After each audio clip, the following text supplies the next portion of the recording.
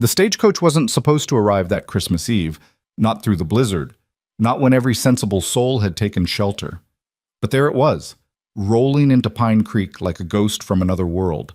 And when she stepped down into the snow, golden hair catching the lamplight, Graham Lark felt something crack inside his chest, something he'd buried 6 years ago with his father. He didn't know it yet, but the woman in the Eastern dress would shatter every wall he'd built. This is their story. Stay until the end and comment your city so I can see how far this tale has traveled. The wind cut through Pine Creek like a blade, sharp enough to make a man question every choice that had brought him to this god-forsaken corner of Montana territory. Graham Lark stood on the boardwalk outside Murphy's saloon, his collar turned up against the Christmas Eve blizzard, watching the street disappear under fresh powder. At 25, he'd already lived enough winters to know this one was meaner than most. The kind that killed cattle, snapped fence posts, and reminded a man just how small he was against the vastness of the West. Behind him, the saloon glowed warm and raucous, fiddle music bleeding through the gaps in the doorframe, men's laughter mixing with the clink of glasses and the occasional crash of furniture when someone had too much Christmas cheer and not enough sense. Graham had stopped in for a single whiskey, just enough to take the edge off before riding back to the Circle L ranch. Alone. The way he preferred it. The way it had to be. He pulled his hat lower and started toward his horse when he heard it. The distant jangle of harness bells, faint at first, then growing louder. Impossible. The stage from Helena wasn't due for another 3 days, and no driver with half a brain would attempt Broken Ridge Pass in this weather. Yet there it came, emerging from the white curtain of snow like something out of a fever dream, 4 horses straining against their traces, the coach lurching and sliding on the frozen ruts. Graham wasn't the only one who'd noticed. Up and down the street, doors opened. Men stepped out, shaking their heads in disbelief. Old Pete from the telegraph office cupped his hands around his mouth and hollered, "That's Higgins! Crazy son of a bitch actually made it!" The stage rolled to a stop in front of the Timber Creek Hotel, and for a moment everything hung suspended. The snow, the music, the breath in Graham's lungs. Then the door swung open, and time started moving again, but differently somehow, like the world had shifted half a degree off its axis. The first person to emerge was a man in his 50s, solid and businesslike, with silver threading through his dark beard. He moved like someone accustomed to authority, careful but confident as he navigated the coach's steps.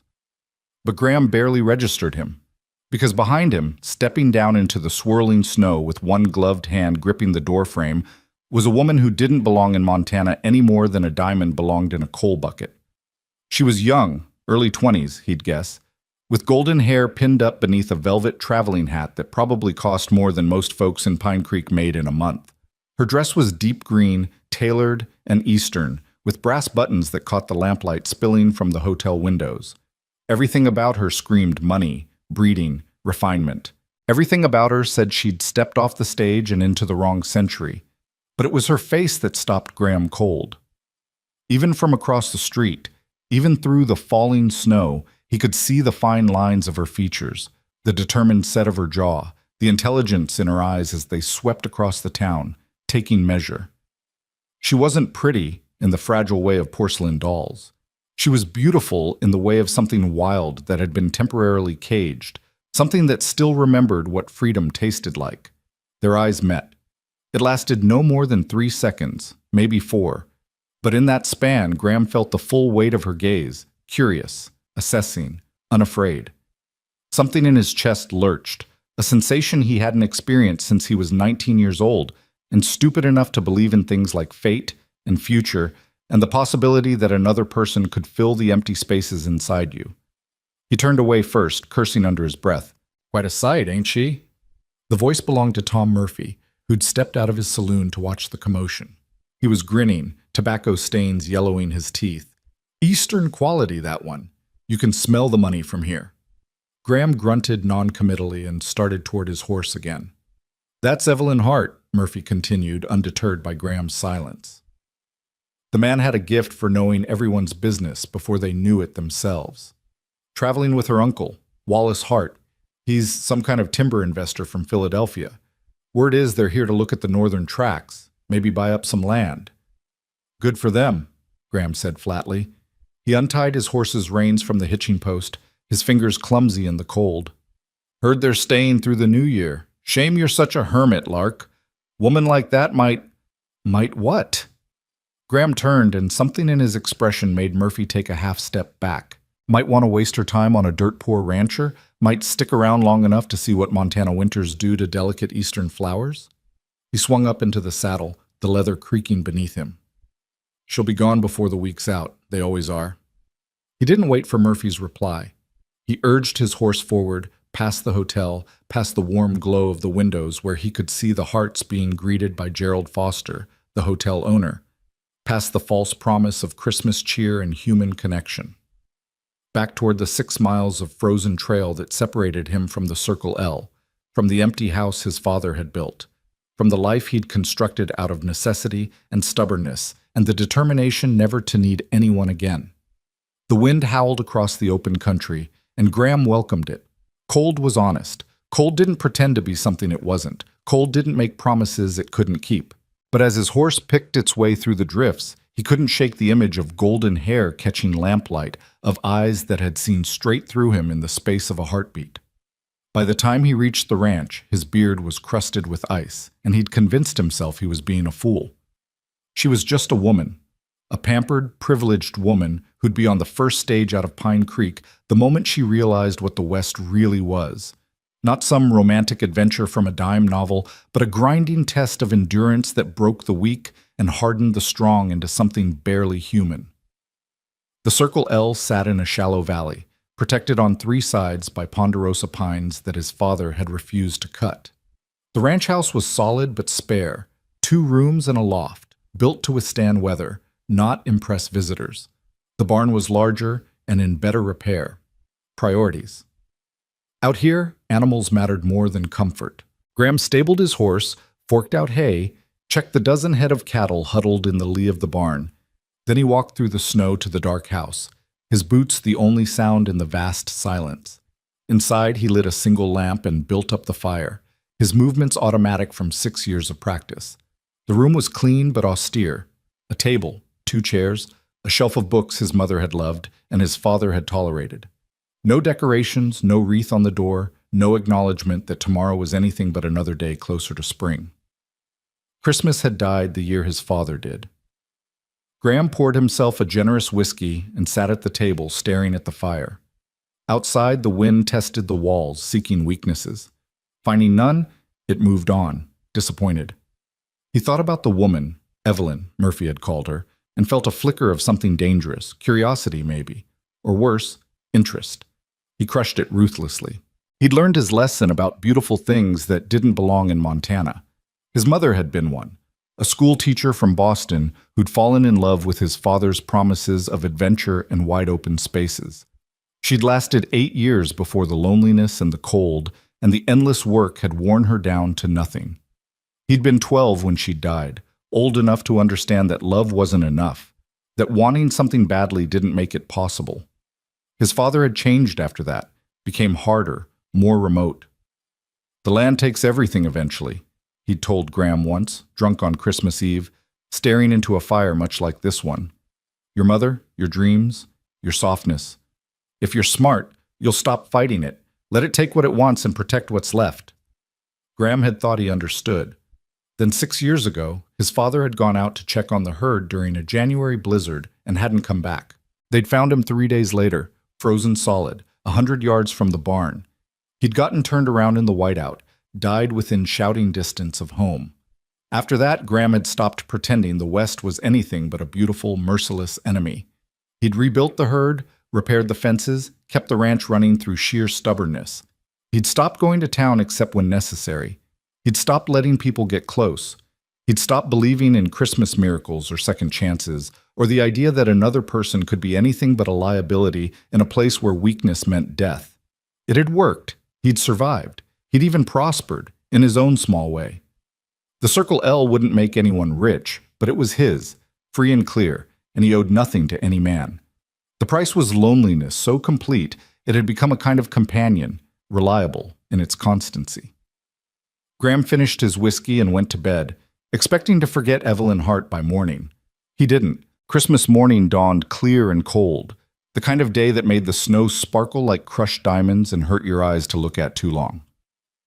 Graham was mending tack in the barn when he heard the sound of hoofbeats crunching through the snow. He tensed. Visitors were rare, and rarely good news, then relaxed slightly when he recognized Sheriff Bill Dawson's gray gelding. The sheriff was a good man, fair and competent, one of the few people in Pine Creek Graham respected, but his arrival on Christmas morning could only mean trouble. "Morning, Graham." Dawson dismounted stiffly, his breath fogging in the frigid air. "Merry Christmas." "Bill?" Graham set aside the bridle he'd been working on. "What brings you out?" "A favor to ask, actually." Dawson stomped his feet, trying to restore circulation. "You know those timber investors who came in last night?" Graham's hands stilled. "I saw them. Wallace Hart and his niece. They need someone to guide them up to the northern tracks. Hart wants to see the land before he commits to buying. Problem is, Higgins, the stage driver, is laid up with a fever. Doctor says it's not serious, but he's in no shape to make the trip, and nobody else in town knows those trails like you do. There's plenty of men who could—" "No." Dawson's voice was firm. "There's men who think they know the backcountry, and there's you. The difference matters when you're talking about a 2-day trip into the high country with a storm possibly coming in. Hart's offering good money, and frankly, Graham, I'd sleep better knowing someone competent was looking after them." Graham wanted to refuse. Every instinct screamed at him to send Dawson back to town empty-handed, but the sheriff had helped him more than once over the years, had looked the other way when Graham's grief had manifested in ways that weren't strictly legal. He owed the man. "Just Hart?" he asked. Dawson had the grace to look uncomfortable. "His niece insists on coming. Said she didn't travel all the way from Philadelphia to sit in a hotel room while her uncle conducts business." "Of course she did." Graham closed his eyes briefly, then nodded. "Tell them we leave at first light tomorrow. They'll need to dress warm. This isn't a Sunday carriage ride." "I'll let them know. Thank you, Graham. I mean it." After Dawson left, Graham stood in the barn doorway, watching the sheriff's tracks disappear around the bend in the trail.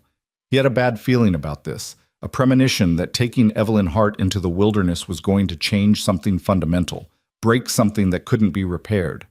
But a promise was a promise. He spent the rest of Christmas Day preparing, checking his rifles, packing supplies, mapping the route in his mind. The northern tracks were beautiful but remote, accessible only by a narrow trail that skirted Broken Ridge and climbed through dense pine forest before opening into a high valley where his grandfather had once considered homesteading. The timber up there was old growth, massive ponderosas worth a fortune to the right buyer. It would be a hard ride, especially for someone unused to western trails, but they could make it in a day if they started early and pushed hard.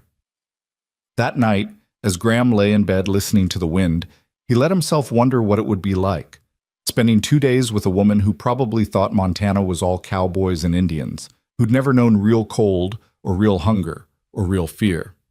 She'd complain, most likely, ask too many questions, slow them down. But there was a part of him, a part he'd thought he'd killed years ago, that was curious. What had brought her west?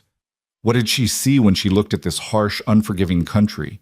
And why did the memory of her gaze make his chest ache with something that felt dangerously like hope?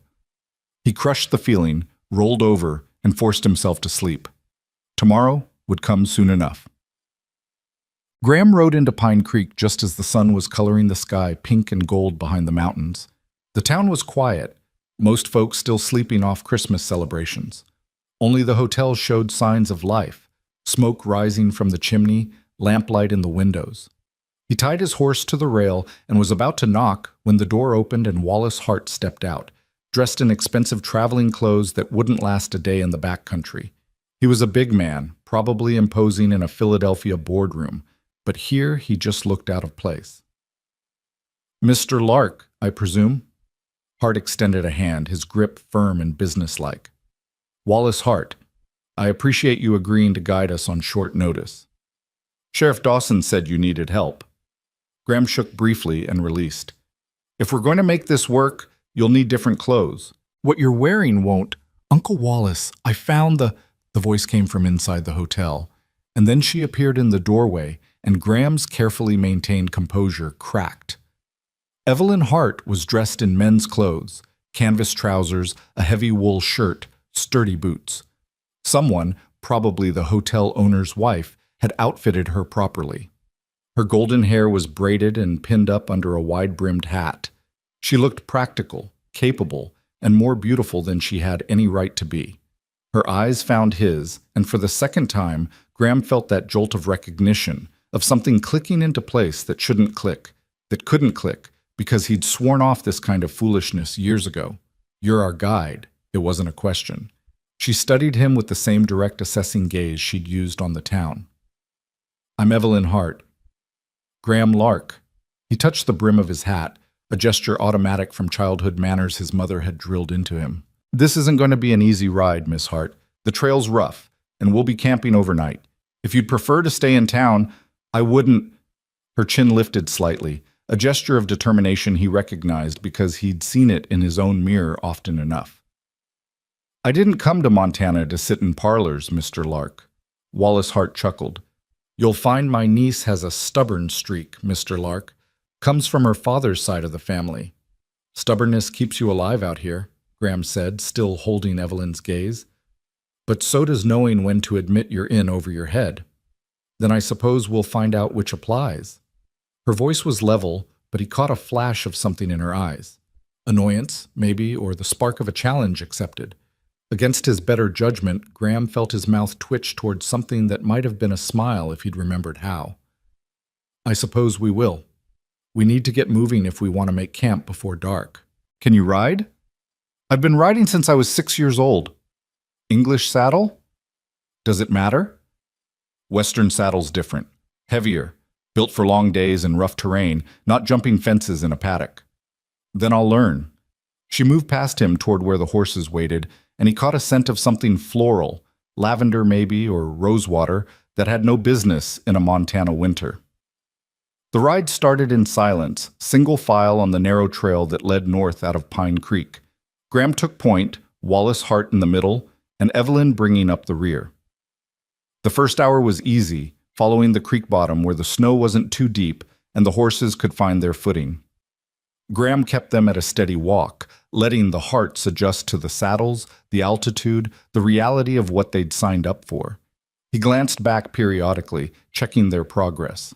Wallace seemed capable enough, though his city softness showed in the way he sat too stiffly, fighting the horse's rhythm instead of moving with it. But Evelyn surprised him. She'd settled into the saddle naturally, her body already learning the different balance, her hands light on the reins. When they stopped to water the horses at a tributary, Graham finally broke the silence. "We'll reach Broken Ridge Pass by midday. That's where it gets steep. Stay close, and if your horse acts nervous, don't fight it. They can sense rockfall better than we can." "Have you lost many clients to rockfall, Mr. Lark?" Evelyn asked, dismounting with only a slight stumble. "I don't have clients, Miss Hart. I have a ranch. This is a favor to the sheriff." "A favor that comes with payment, I understand." "Money's money." He refilled his canteen from the stream, the water so cold it made his teeth ache. "Doesn't mean I have to like playing nursemaid to tourists." Her eyes flashed. "We're hardly—" "Evelyn." Wallace's voice carried a warning. He turned to Graham with a placating smile. "You'll have to forgive my niece, Mr. Lark. She spent too much time in my brother's business offices, learning to speak her mind. Sometimes she forgets the frontier has different courtesies." "The frontier doesn't have courtesies," Graham said bluntly. "It has survival. You speak plain, you act fast, and you don't waste time on pretty words when pretty words don't change facts." He caught Evelyn's gaze. "Your uncle's right. You are tourists. Nothing wrong with that, but let's not pretend otherwise. I'll get you to the timber tracks and back safely if you follow my lead. That's the deal." For a moment he thought she might argue. Then, surprisingly, she laughed, a genuine sound that transformed her face from beautiful to luminous. "You're right. We are tourists, and you're doing us a favor we don't properly appreciate." She extended her hand. "Truce?" Graham looked at her outstretched hand, at the fine bones visible through her glove, at the smile that was somehow both apologetic and challenging. Against every bit of common sense he possessed, he shook it. "Truce." Her grip was firmer than he'd expected, and she held on a fraction longer than necessary, her eyes searching his face for something he couldn't name and wasn't sure he wanted her to find. They remounted and continued climbing. By the time they reached Broken Ridge Pass, the temperature had dropped and clouds were gathering to the west, heavy, dark formations that promised snow before nightfall. Graham studied them with a practiced eye, calculating odds and distances. They could push on to the timber tracks, but then they'd be caught in the high country when the storm hit. Better to make camp early, wait it out in shelter. The decision made, he led them off the main trail toward a spot he'd used before, a small clearing protected by a rock overhang with a natural windbreak and enough deadfall for a proper fire. They reached it just as the first flakes began to drift down. "We're stopping?" Wallace looked around, clearly hoping for something more substantial than rock and trees. "I thought we'd reach the timber tracks today. Storm's coming in faster than expected. We camp here, ride out tomorrow if it clears." Graham dismounted and started unpacking. "Help me gather firewood before it gets dark. Miss Hart, there's a deadfall pine about 30 yards that way. Break off the smaller branches, the dry ones." She didn't question, just headed in the direction he'd indicated. Wallace helped Graham set up a lean-to using pine boughs and canvas, their breath fogging as they worked. By the time Evelyn returned with an armload of wood, Graham had a fire pit dug and lined with rocks. He'd built hundreds of campfires in his life, but having an audience made him self-conscious. He could feel Evelyn watching as he arranged the kindling, struck flint to steel, coaxed the first flames to life.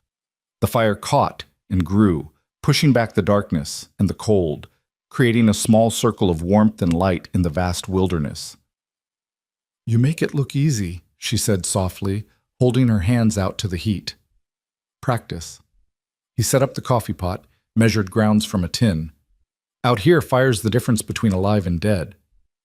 "Is everything life or death to you, Mr. Lark?" He glanced up, caught off guard by the question.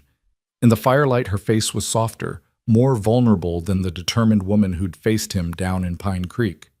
"In Montana?" "Usually, yes." Wallace had wandered off to tend to the horses, leaving them alone in the fire's glow. Snow was falling steadily now, hissing when flakes landed in the flames. Evelyn pulled her coat tighter and sat on a log Graham had dragged near the fire. "You don't think much of us, do you?" Her voice was curious, not accusatory. "City people coming west, playing at frontier life." Graham poured coffee into a tin cup, handed it to her. "I think you don't understand what you're playing at. This," he gestured at the darkness beyond their small circle of light, "this will kill you if you give it half a chance. It doesn't care about your money or your education or your good intentions. It just is, and you either adapt or you die. And you've adapted. I was born here. Different thing." She sipped the coffee, made a face at its bitterness, but kept drinking. "Tell me about your ranch." "Not much to tell. Cattle, horses, 6 square miles of land that's trying to kill me every winter. Yet you stay. Where else would I go?" The question came out harsher than he'd intended. He busied himself with the coffee pot, pouring his own cup. "The Circle L is mine. Only thing in this world, that is." "That sounds lonely." "Loneliness doesn't kill you. Dependency does." The words hung between them, stark and revealing. He'd said too much, exposed too much. He turned away, checking the horses, giving himself an excuse to leave the fire's intimacy. But her voice followed him into the darkness. "What happened to make you think that?" He didn't answer, couldn't answer, because to answer would be to excavate the graves of his parents, to revisit the Christmas Eves of his childhood when his mother had tried to make their rough cabin feel like a home, to remember his father's slow dissolution after she'd died, to relive the moment he'd found his father's frozen body in the snow. Some stories didn't need telling. When he returned to the fire, Wallace was back, talking business, timber prices, transport costs, the logistics of logging in Montana wilderness. Graham half listened, contributing when asked a direct question, but his attention kept drifting to Evelyn. She'd produced a small leather journal and was sketching something by firelight, her face absorbed in concentration. "What are you drawing?" The question surprised him almost as much as it surprised her. She hesitated, then turned the journal so he could see. It was the campsite, the fire, the lean-to, the horses standing together in the shadows. But it wasn't just accurate, it was alive somehow, capturing not just what things looked like, but how they felt. "You're good." "Thank you." She closed the journal, tucked it away. "I studied art before, well, before my father decided I'd be more useful in his business offices. Is that why you came west, to escape? Is that why you stay here, to escape? He almost smiled at having his own technique turned on him. Touché, Miss Hart. Evelyn, she corrected. If we're going to be camping together in the wilderness, we might as well dispense with formalities. Evelyn. Her name felt foreign on his tongue, too soft, too refined, but also right in a way he didn't want to examine too closely. And you're Graham, not Mr. Lark, not the guide. Graham. Something in his chest loosened, a knot he hadn't known was there. Graham, he agreed. The snow fell heavier and the wind picked up, but inside their small shelter the fire burned bright and the cold seemed distant. Wallace eventually bedded down, his snores providing a counterpoint to the storm. Graham and Evelyn stayed awake, talking in low voices about nothing and everything. Books they'd read, places they'd seen, dreams they'd had before life had taught them to dream smaller. Do you know what I love about winter? Evelyn asked, staring into the flames. The silence, the way snow muffles everything, makes the world feel clean and new. Winter's not clean, Graham said. It's brutal, unforgiving. Can't it be both? She looked at him, and in the firelight her eyes were gold and green and impossibly deep. Beautiful and brutal? Worth loving even though it hurts? He had no answer for that. Or rather, he had too many answers, none of which he was willing to speak aloud. Eventually, she stood, brushed snow from her coat. I should sleep. Tomorrow will be another long day. Evelyn. He stopped her with a word, not sure what he wanted to say, but knowing he couldn't let her leave without saying something. You asked earlier why I think dependency kills. The answer is, I've watched it happen. To people I loved.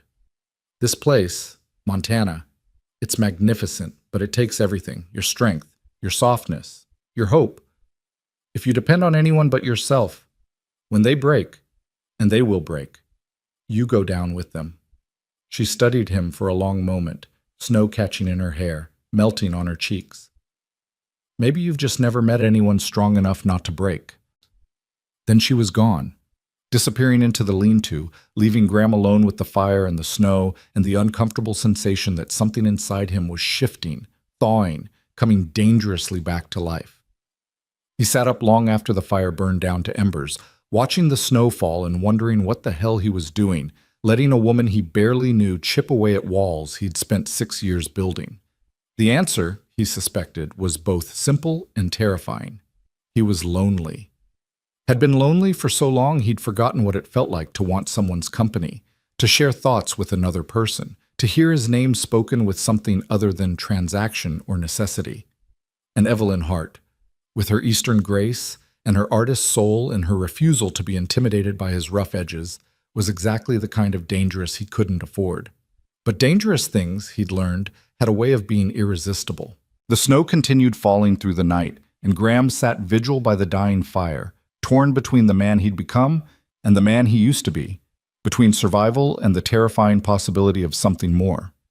When morning came, the world would be white and new, and they would ride deeper into the wilderness. But nothing, Graham suspected, would ever be quite the same again.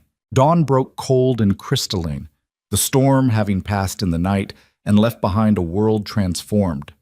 Graham woke to silence so complete it felt like the earth itself was holding its breath. He lay still for a moment beneath his bedroll, watching his exhalations fog in the frigid air, listening to the absolute quiet that only came after fresh snowfall in the high country. Then he heard it, the soft crunch of footsteps, the rustle of fabric. Someone was awake. He emerged from his shelter to find Evelyn standing at the edge of their camp, her back to him, staring out at the transformed landscape. Snow had piled nearly 2 feet deep overnight, draping every branch and boulder in white, turning the familiar pines into cathedral columns.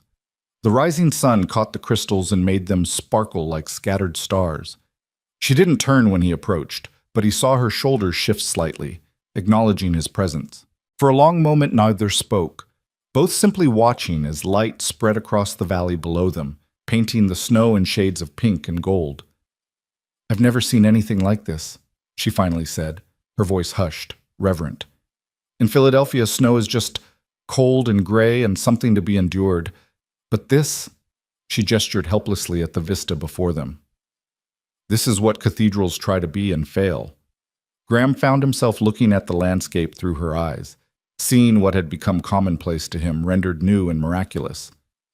It's just winter, he said, but the words lacked conviction. No. She turned to face him, and her eyes were bright with something that looked like wonder. It's not just winter. It's proof that beauty doesn't require softness, that something can be harsh and unforgiving and still take your breath away. She paused, and when she spoke again, her voice was quieter. I think I'm beginning to understand why you stay.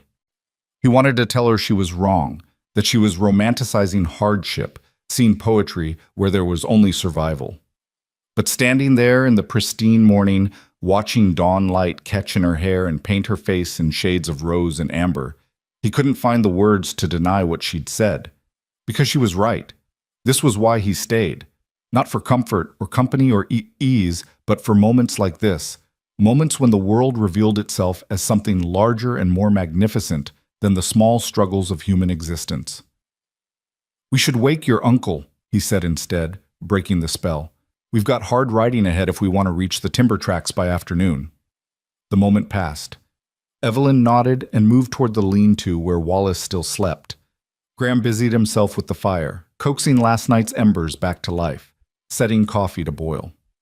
Routine, familiar, safe. But his hands remembered the way she'd looked standing in the snow-bright dawn, and his chest carried a warmth that had nothing to do with the flames. They broke camp efficiently, Wallace proving himself more capable than Graham had given him credit for. Within an hour, they were mounted and moving, following the trail that climbed steadily toward Broken Ridge. The fresh snow made the going slower. The horses had to pick their way carefully, testing each step. But it also made the world feel newly made, untouched by human passage. Graham led them single file again, but this time Evelyn maneuvered her horse to ride beside him where the trail widened enough to permit it. Wallace seemed content to follow at a slight distance, giving them space that Graham wasn't sure he wanted but found himself grateful for nonetheless. Tell me about your mother, Evelyn said abruptly. Last night you mentioned loving people who broke. Was she one of them? He should have deflected, changed the subject, reminded her that his past was none of her concern. Instead, he found himself answering. She was from Boston, came west as a school teacher, met my father at a church social in Helena. He promised her adventure and a different kind of life. And did she get it? She got Montana. He kept his eyes on the trail ahead, on the rhythmic movement of his horse's ears. Which is either the greatest adventure or the cruelest disappointment, depending on your perspective. Which was it for her? The question lodged somewhere beneath his ribs. Both, I think. She loved the land, the space, the wildness, the way every season felt like a story being told. She planted wildflowers around the house every spring, even though the deer ate most of them. She taught me to read using books she'd brought from Boston. She made our cabin feel like a home instead of just shelter. He paused, surprised by how easily the memories were flowing, how much he wanted to tell her things he'd never spoken aloud. But the isolation wore on her. The winters, the endless work. Watching her garden freeze, seeing her books get damaged by the moisture, having no one but my father and me for company month after month. By the time I was 12, she'd stopped planting flowers, stopped singing while she worked. She just faded, like she was slowly becoming invisible, even while she was still alive. How did she die? Pneumonia, quick and brutal. One week she had a cough, the next week she was gone. He swallowed against the tightness in his throat. My father never recovered. He kept the ranch running, kept us fed and sheltered, but the part of him that knew how to be human died with her. He taught me everything about surviving in Montana, but nothing about living. Evelyn was quiet for a long time, and Graham thought maybe he'd said too much, exposed too much vulnerability to someone who'd be gone from his life within days. Then her gloved hand reached across the space between their horses and briefly touched his arm. I'm sorry, she said simply. No platitudes, no empty reassurances that time healed all wounds, or that his mother was in a better place. Just acknowledgement, sincere and sufficient. It was a long time ago. Grief doesn't care about time. She pulled her hand back, but the warmth of that brief contact lingered. My mother died when I was 16. Cholera epidemic. One day she was teaching me how to arrange flowers for a dinner party. 3 days later, I was wearing black and learning that some absences never stop hurting. I'm sorry, he echoed, and meant it. So here we are, she said with a sad smile. Two people shaped by loss, riding through the most beautiful desolation I've ever seen. It's almost poetic. Poetry doesn't keep you warm. No, but it gives you a reason to want to be warm. She looked at him directly, and there was challenge in her gaze. You've built your whole life around surviving, Graham, but survival isn't the same as living. In Montana, it has to be. Does it? Or is that just what you've told yourself so long you've started believing it? Before he could respond, Lawless called out from behind them. How much farther to the timber tracks? Graham seized the interruption gratefully. Another 2 hours if the trail stays clear. We'll be climbing pretty steep for the next mile, then it levels out into the valley where the old growth is. They rode in silence after that, Evelyn dropping back to ride alongside her uncle, leaving Graham alone with his thoughts and the uncomfortable sensation that she'd seen through every defense he'd carefully constructed over the past 6 years. The trail narrowed and steepened, forcing them back into single file as they climbed toward the ridge. The horses strained against the grade, their breath coming in visible clouds. Graham's gelding was sure-footed, used to mountain trails, but he kept glancing back to check on the others. Wallace's mount was struggling slightly, and he had to admit a grudging respect for the older man's determination. But it was Evelyn who surprised him most. She moved with her horse instead of fighting it, leaning forward over the pommel on the steepest parts, giving the animal its head when it needed to pick its own path. She'd told the truth about being a rider. She just hadn't mentioned she was a good one. They crested the ridge just before noon, and Graham pulled up to let the horses breathe. Below them, the valley spread out like something from a painting. Thousands of acres of old-growth ponderosa, their massive trunks dark against the snow, their crowns green and full even in winter. It was timber worth a fortune, trees that had been growing since before the first trappers had come west. My God, Wallace breathed, dismounting to get a better view. I'd heard the descriptions, but this is extraordinary. Graham watched the older man's face transform with calculation and ambition, saw dollars and board feet and profit margins replacing whatever appreciation for natural beauty might have briefly flickered there. It was a look he'd seen before, on the faces of men who saw Montana as a resource to be extracted rather than a place to be respected. But Evelyn's expression was different. She stood slightly apart, her eyes moving across the valley with something that looked like mourning. How old are these trees? 300 years, some of them, maybe more. Graham moved to stand beside her. They were here before Montana was a territory, before there was a United States. And my uncle wants to cut them down. It wasn't a question, but he answered anyway. That's why we're here. She turned to face him, and her eyes held an accusation he hadn't expected. You could have refused to guide us, could have left us in Pine Creek without showing us this place. Would that have stopped him? Or would he have just hired someone else, someone less careful, someone who might have gotten you both killed on the trail? So you're complicit out of pragmatism. The words stung because they were true. I'm complicit because I live in the real world, where trees get cut and land gets sold, and men like your uncle make money while men like me survive on whatever scraps they're willing to throw. That's how it works out here. That's how it's always worked. It doesn't have to be. Doesn't it? He heard his voice rising, frustration breaking through his careful control. You've been in Montana for 2 days, Evelyn. 2 days. Don't stand there and tell me how it could be different when you'll be back in Philadelphia before the snow melts, back to your comfortable life where the hardest decision you face is which dress to wear to which party.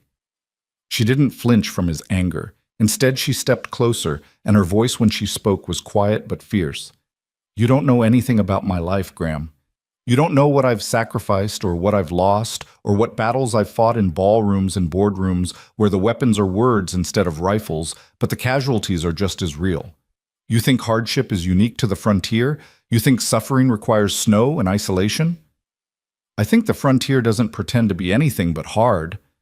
And I think you use hardship as an excuse to keep everyone at a distance. Her eyes blazed. You wear your scars like armor and call it strength, But it's just another kind of cowardice. The words hit like a physical blow. For a moment, Graham couldn't breathe, couldn't think, couldn't do anything but stare at this woman who'd somehow seen past every wall he'd built and struck directly at the truth he'd been hiding from for 6 years. "Graham, Miss Hart!" Wallace's voice cut through the tension. "Come look at these trunks. The timber here is even better than I'd hoped." Evelyn held Graham's gaze for one more moment, then turned and walked away, leaving him standing alone on the ridge with the taste of truth bitter in his mouth. They spent the next hour surveying the timber, Wallace making notes in a leather journal while Graham pointed out property boundaries and discussed access routes and logging logistics with the detached professionalism he used when selling cattle or negotiating for supplies. Evelyn remained silent, sketching in her own journal, capturing the trees with quick, sure strokes. When Wallace finally declared himself satisfied and ready to head back, the sun was already beginning its descent toward the western peaks. Graham calculated distances and light and made a decision. "We're not going back the way we came." Wallace looked up from his notes. "Why not?" "There's a line cabin about 2 hours northwest of here. It's closer than retracing our route, and there's another storm coming in tonight." He pointed to the clouds building on the horizon, dark and heavy with snow. "We push for the cabin, spend the night there, then make for Pine Creek in the morning. It's a longer overall route, but safer." "A cabin?" Evelyn spoke for the first time in an hour. "Whose?" "Mine, technically. My grandfather built it when he was exploring this area before he settled on the Circle L site. I use it sometimes when I'm checking traps or hunting in the high country." "How rustic are we talking?" Wallace asked, practical concerns overriding any romanticism. "4 walls, a roof, a fireplace, better than canvas in a blizzard." The decision made, they mounted and headed northwest, following a trail that was more suggestion than path, marked by Graham's memory more than any physical indicators. The clouds moved faster than he'd anticipated, and within an hour the light had gone gray and flat, the temperature dropping noticeably. They were still 30 minutes from the cabin when they heard it, a deep rumble that seemed to come from everywhere and nowhere at once, a sound that made Graham's blood freeze even as his training took over. "Ride!" he shouted, spurring his horse forward even as he reached back to grab Evelyn's reins. "Now, northwest, toward those rocks." "What?" Wallace started to ask, but the rumble became a roar, and then Graham saw it. High up on the ridge they'd just descended, the snow was moving, sliding, gathering speed and mass as it cascaded down the mountain. Avalanche. Time compressed and expanded simultaneously. Graham's world narrowed to essentials: the distance to safety, the speed of the approaching wall of snow, the terror in Evelyn's eyes as she realized what was happening. He couldn't reach Wallace, who was too far back, but he kept his grip on Evelyn's reins and drove both horses forward with desperate urgency. "The outcrop!" he screamed over the growing thunder. Get behind the outcrop!" The snow hit the valley floor behind them with a sound like mountains collapsing. Graham felt the shockwave, felt his horse stumble and nearly fall, felt Evelyn's mount crash into his as they scrambled for the shelter of a massive boulder that jutted from the hillside like a ship's prow. They made it with seconds to spare. The avalanche roared past, a river of white death that would have buried them, smothered them, erased them from existence as thoroughly as if they'd never been born. Graham threw himself from his saddle and pulled Evelyn down with him, covering her body with his as debris and snow dust rained down around them. Then, as suddenly as it had begun, it was over. The roar faded to echoes, then to silence. The world stopped moving. Graham raised his head, coughing from the snow dust coating his lungs, and his first coherent thought was, "Evelyn." He pulled back to look at her, his hands frantically checking for injuries. "Are you hurt? Evelyn, are you hurt?" She was white-faced with shock but shook her head. I'm fine, but Uncle Wallace..." They both turned to look back at where Wallace had been, and Graham's heart sank. The trail was gone, buried under 15 feet of snow and debris. Trees had been snapped like matchsticks. Boulders the size of wagons had been tossed like pebbles. "Wallace!" Evelyn screamed, trying to stand, but Graham held her back. "Wait, listen." They both froze, straining for any sound over the settling debris. For a long moment there was nothing, and Graham felt sick certainty building in his gut. Then, Faint but clear came a voice. "Here! I'm here!" Graham was already moving, climbing over the snowfield, testing each step for stability. "Keep talking," he shouted. "Follow my voice." "I'm stuck." The horse fell, but I'm clear of the slide path. It took 20 minutes that felt like 20 hours, but finally Graham spotted movement. Wallace's arm waving from behind a cluster of pines that had somehow survived the avalanche's edge. The older man was shaken but uninjured, his horse standing wide-eyed but sound about 10 yards away. "Christ," Wallace said when Graham reached him. When I saw it coming." "Don't think about it." Graham gripped his shoulder, checking him over with practiced efficiency. "You're alive. That's what matters. Can you walk?" Yes, I think so." They made their way back to where Evelyn waited, her face streaked with tears of relief when she saw her uncle was safe. Wallace pulled her into a fierce hug, and Graham turned away to give them privacy and to assess their situation. It wasn't good. The avalanche had cut off their route back to Pine Creek and buried the trail to the timber tracks. Their only option now was to continue northwest to the line cabin and pray the weather held long enough for them to reach it before the next storm hit. He explained this to the Harts in terms that left no room for debate or discussion. They had one path forward, and they needed to take it now. "How far?" Wallace asked, his voice steadier now. "An hour if we push. Maybe longer in this snow." "Then we'd better move." They rode in tight formation, Graham taking point with the others close behind, all of them silent with the shared knowledge of how close they'd come to death. The trail climbed through dense forest, the trees providing some shelter from the wind that had begun to pick up as afternoon faded toward evening. Graham's thoughts were fragmented, scattered by adrenaline and the residual shock of the avalanche. But one image kept returning. The moment he'd pulled Evelyn from her horse, the weight of her in his arms, the fierce protective instinct that had flooded through him. He'd lost his parents to Montana's brutality. He'd seen men die in winter storms and women broken by the loneliness. He'd taught himself not to care, not to invest, not to let anyone matter enough that their loss could destroy him. But for those few seconds when the avalanche had been bearing down on them, none of that had mattered. He would have died to keep her safe, and the certainty of that terrified him more than the wall of snow had. The line cabin appeared through the trees like salvation made of logs and chinked mud. It was small, maybe 12 feet square, but solid, with a stone chimney and a door that swung open on leather hinges. Graham had been here 3 months earlier, had left it stocked with firewood and basic supplies against exactly this kind of emergency. He dismounted and pushed open the door, checking the interior quickly before gesturing the others inside. "Get warm. I'll see to the horses." By the time he'd unsaddled the animals and settled them in the lean-to he'd built against the cabin's north wall, night had fallen completely. He could see lamplight glowing through the cabin's single small window, and for a moment he stood in the darkness, watching the scene through the glass like something from a painting.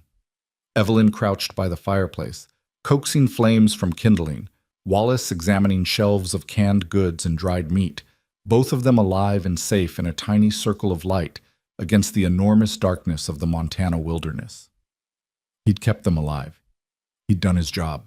In the morning, they'd start for Pine Creek, and in a few days, Evelyn would board a stage and disappear back into a world of cities and civilization where avalanches were things you read about in newspapers, not things that tried to kill you.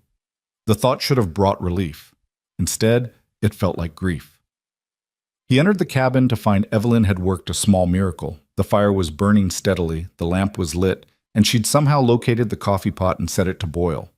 Wallace was spreading bedrolls on the floor, his movements still slightly shaky but determined. "This place is remarkable," he said when he noticed Graham. "Primitive, yes, but everything you'd need to survive." "You built all this?" "My grandfather did most of it. I've just maintained it." Graham shrugged out of his coat, hung it on a peg. "There's beans and bacon in the larder. Not fancy, but it'll fill you up. After today, I'd eat tree bark and be grateful." Wallace clapped him on the shoulder. "Thank you, Graham, for getting us out of that, for keeping my niece safe, for everything." Graham nodded, uncomfortable with gratitude, and moved to help Evelyn with the fire. She glanced up at his approach, and something passed between them, acknowledgement of survival, recognition of shared danger, a connection forged in those moments when death had been close enough to touch. "You knew," she said quietly. "The second you heard that sound, you knew exactly what to do." Training, experience. It was more than that. She stood, brushing ash from her hands. "You didn't hesitate, didn't freeze, didn't even stop to think about your own safety. You just acted. That's how you survive out here. Thinking gets you killed." "Or it's how you love," she said, and before he could process what she meant, she'd turned away to tend the coffee. They ate in relative silence, exhaustion catching up with all of them, as the adrenaline faded and the warmth of the cabin worked its magic. Wallace was asleep within an hour, his snores filling the small space with a reassuring rhythm. But Evelyn remained awake, sitting cross-legged on her bedroll, her journal open in her lap, sketching by lamplight. Graham watched from his spot by the fire, watched her hand move across the paper in confident strokes, watched concentration furrow her brow. "What are you drawing?" She looked up, startled, as if she'd forgotten he was there. Then slowly she turned the journal so he could see. It was the avalanche, or rather, the moment after. She'd captured him pulling her from her horse, his face tight with fear and determination, her own expression somewhere between terror and trust. It was raw and honest and uncomfortably revealing. "You were there," she said simply. "When everything was chaos, when I couldn't think or breathe or do anything but be afraid, you were there. You kept me safe. It's what guides do." "No." She closed the journal, set it aside. "It's what people do when they care about someone, even if they're too stubborn to admit it." Graham felt something in his chest constrict. "Evelyn, you're going to tell me not to read too much into it," she interrupted. "That you would have done the same for anyone. That it's just survival instinct and frontier practicality and nothing more."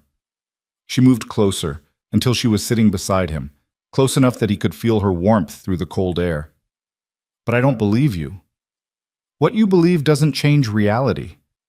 "Then what is reality, Graham?" Her voice was soft but insistent. "That you've spent so many years alone, you've convinced yourself you prefer it. That you've buried your heart so deep you think it's gone. That you'd rather die than risk caring about someone again?" "Yes." The word came out harsh, desperate. "Because caring means losing. It always means losing.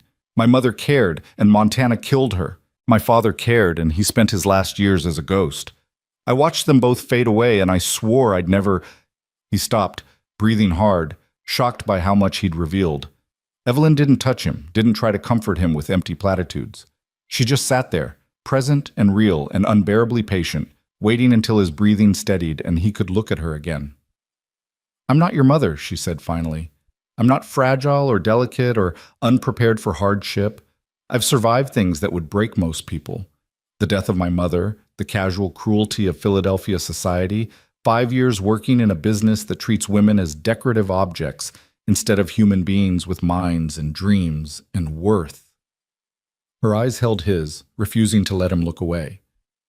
"I came west because I was suffocating, Graham. Because I needed to know if there was more to life than pretty prisons and polite suffocation." "And is there?" "I don't know yet." She smiled, sad and hopeful at once. "But I think I'm starting to find out." Outside, the wind rose to a howl, testing the cabin's walls, seeking entry. But inside, the fire burned steady, and the darkness kept its distance, and Graham sat with a woman who'd somehow slipped past every defense he'd spent 6 years constructing. "I'm afraid," he admitted, the words barely audible, "of this, of you, of what it means that I'd have died to keep you safe today." "I know." She finally did reach out then, her hand finding his in the firelight, her fingers threading through his with a rightness that terrified him. "I'm afraid too. But I think maybe courage isn't the absence of fear. It's choosing something despite the fear." He looked down at their joined hands, at the way her pale fingers contrasted with his weathered skin, at the simple miracle of human connection he'd denied himself for so long. Then he looked up and met her eyes, and in them he saw everything he'd lost and everything he might yet find if he could just be brave enough to reach for it. "Stay," he said, the word escaping before he could stop it.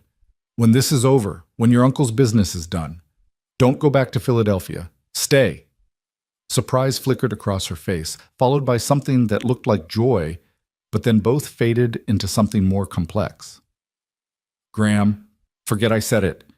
He pulled his hand away, stood abruptly, putting distance between them.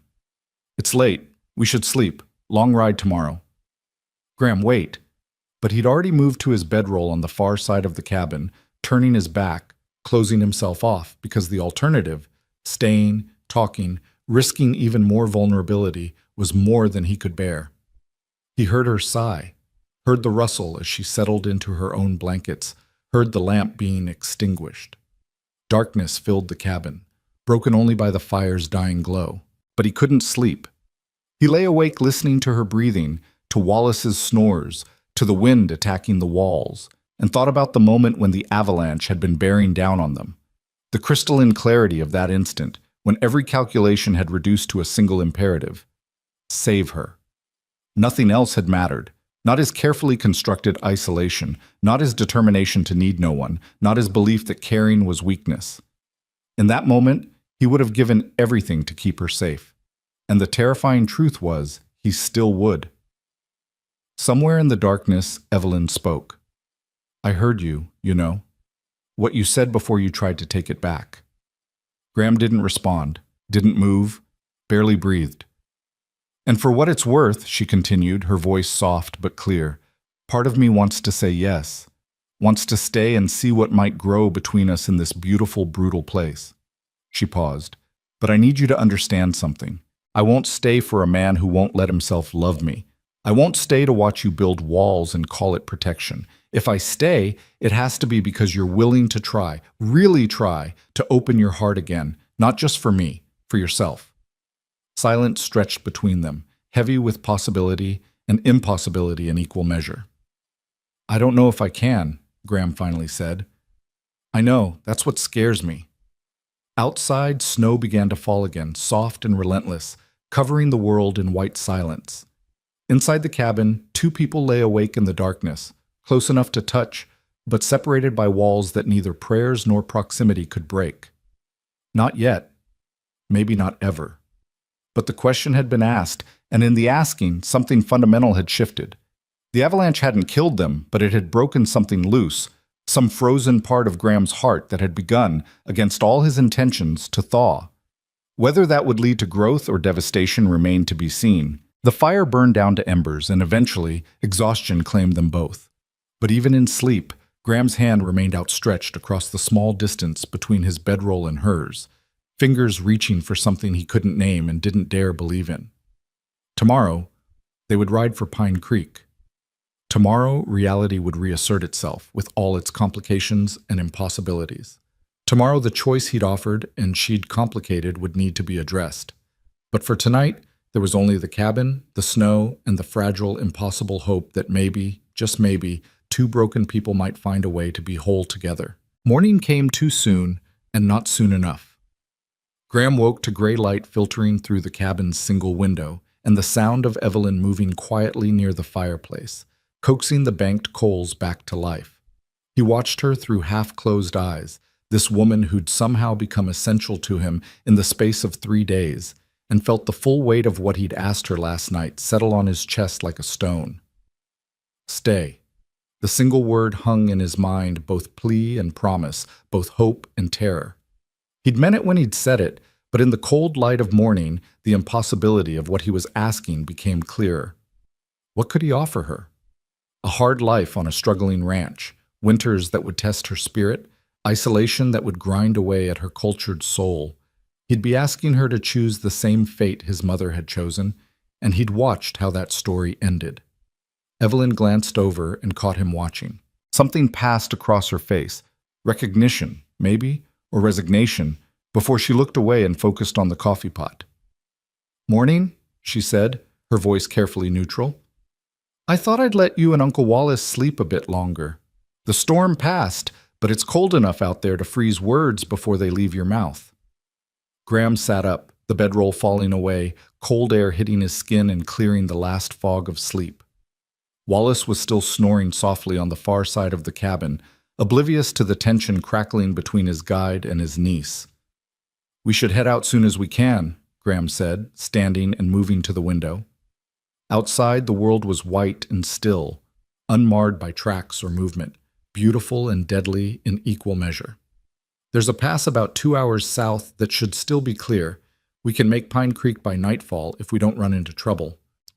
And what are the odds of that? Not running into trouble? Evelyn handed him a tin cup of coffee, their fingers brushing in the exchange. Neither acknowledged the contact, but neither pulled away quickly. In Montana, about even odds on any given day. He sipped the coffee, grateful for its bitter heat. But we've got experience on our side now. You handled yourself well yesterday. Better than most would have. I was terrified. Courage isn't the absence of fear, he said, echoing her words from the night before. It's choosing something despite the fear. Her eyes met his, and for a moment the careful neutrality cracked, revealing something raw and uncertain underneath. Graham, about what you said last night, forget it. The words came out harsher than he'd intended. I spoke out of turn.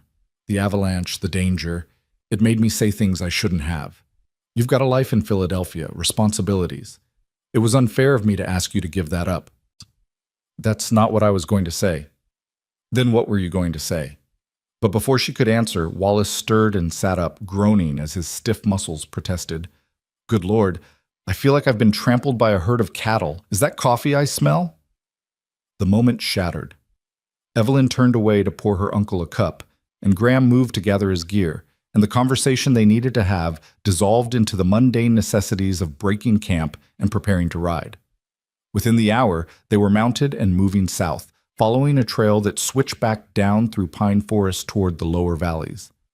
The morning was crystalline and brutal, the kind of cold that turned breath to ice crystals and made every exposed inch of skin ache. But the sky was clear and the wind had died, and Graham knew they'd make good time if nothing went wrong. They rode in silence at first, single file on the narrow trail, each lost in their own thoughts. Graham's mind kept circling back to Evelyn, to the question he'd asked and the answer she hadn't given. Part of him wanted to press, to know where he stood, to force a resolution one way or another. But another part, the part that had kept him alive and functional for 6 years, warned him to leave it alone, to let her return to Philadelphia and let this brief, impossible connection fade into memory. But memory, he was learning, was a poor substitute for presence. They stopped at noon to rest the horses and eat cold biscuits and jerky from Graham's supplies.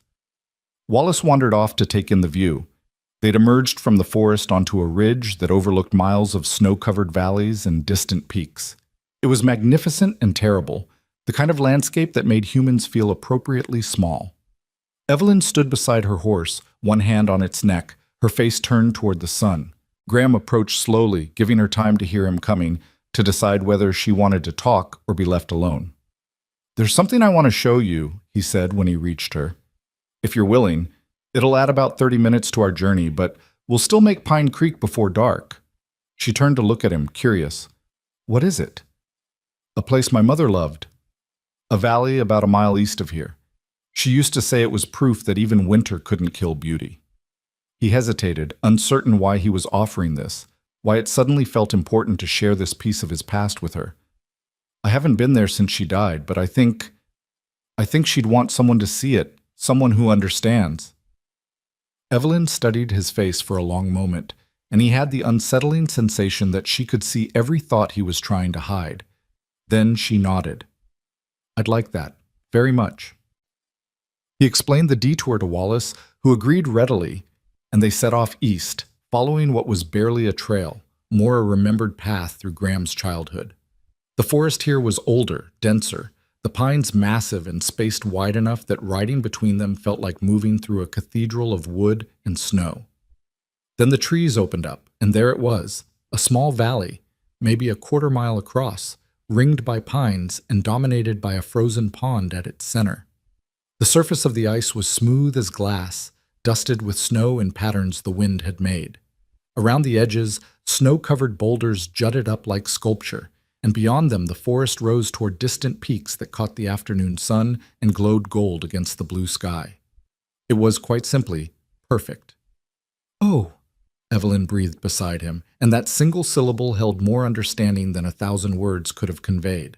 They dismounted at the valley's edge, and Graham found himself walking toward the pond as if pulled by invisible threads of memory. This was where his mother had brought him on winter afternoons when the cabin's walls felt too close and her homesickness for Boston became too heavy to bear. She'd taught him to ice skate here, using crude wooden skates his father had fashioned.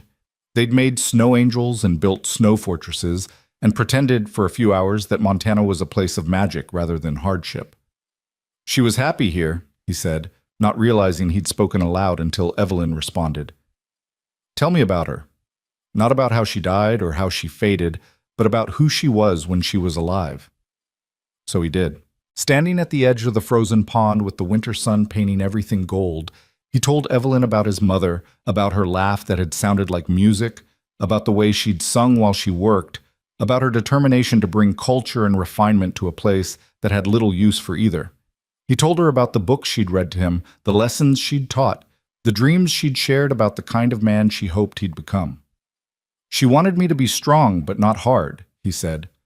To be capable of surviving but not at the cost of my humanity. I think she'd be disappointed in what I've become. I don't think so. Evelyn moved closer until they were standing shoulder to shoulder, both staring out at the valley. I think she'd understand that you did what you had to do to survive, but I also think she'd want you to know that surviving isn't enough anymore, that you've proven you can endure, and now it's time to learn how to live again. And how do I do that? You start by accepting that caring about someone doesn't make you weak. It makes you human. She turned to face him, and her eyes were fierce with conviction. You start by understanding that love isn't a weakness to be avoided, but a risk worth taking. And you start by believing that maybe, just maybe, you deserve to be happy. I asked you to stay, he said, the words escaping before he could reconsider. Last night, in the cabin, I asked you to stay in Montana to give up your life in Philadelphia, and you started to answer, but we were interrupted. I need to know, Evelyn. I need to know what you were going to say. She was quiet for so long he thought she might not answer. Then she reached up and touched his face, her gloved fingers tracing the line of his jaw with a tenderness that made his chest ache. I was going to say yes, she said softly. Despite every rational thought in my head, despite not knowing you for more than 3 days, despite the impossibility and the insanity of it all, I was going to say, yes, I'll stay. Hope flared in Graham's chest, brilliant and terrifying. I need to know something first. Her hand dropped away, but her eyes held his. Are you asking me to stay because you care about me? Or because you're lonely? Are you asking me to be your partner, or just someone to fill the empty spaces in your house and your life? I don't know. The honesty cost him, but he owed her truth. I don't know how to separate those things anymore. I've been alone so long that caring and needing have gotten tangled up together. But I know that when I'm with you, the world feels less harsh. I know that when that avalanche came down, the only thing I could think was that I couldn't let you die. I know that the thought of you leaving feels like losing something I didn't know I needed until I found it. That's not the same as love. No, he agreed. But maybe it's the beginning of love. Maybe it's what's left after you've forgotten how to feel anything at all, and someone comes along and reminds you that you're still capable of it. A single tear tracked down her cheek, freezing in the cold air. I won't be your mother, Graham. I won't fade away while you watch and do nothing. If I stay, if we try this, you have to promise me that you'll fight for us, that you won't retreat into silence and self-protection the first time things get hard, that you'll let me in, really in, even when it scares you. I can't promise I'll be good at it. I'm not asking for good. I'm asking for willing. He looked at her standing there in the borrowed men's clothes, with snow in her hair and frost on her eyelashes, and saw not fragility, but strength. Saw not a delicate eastern flower that would wilt in Montana's harsh climate, but a woman who'd survived her own trials and emerged with her spirit intact.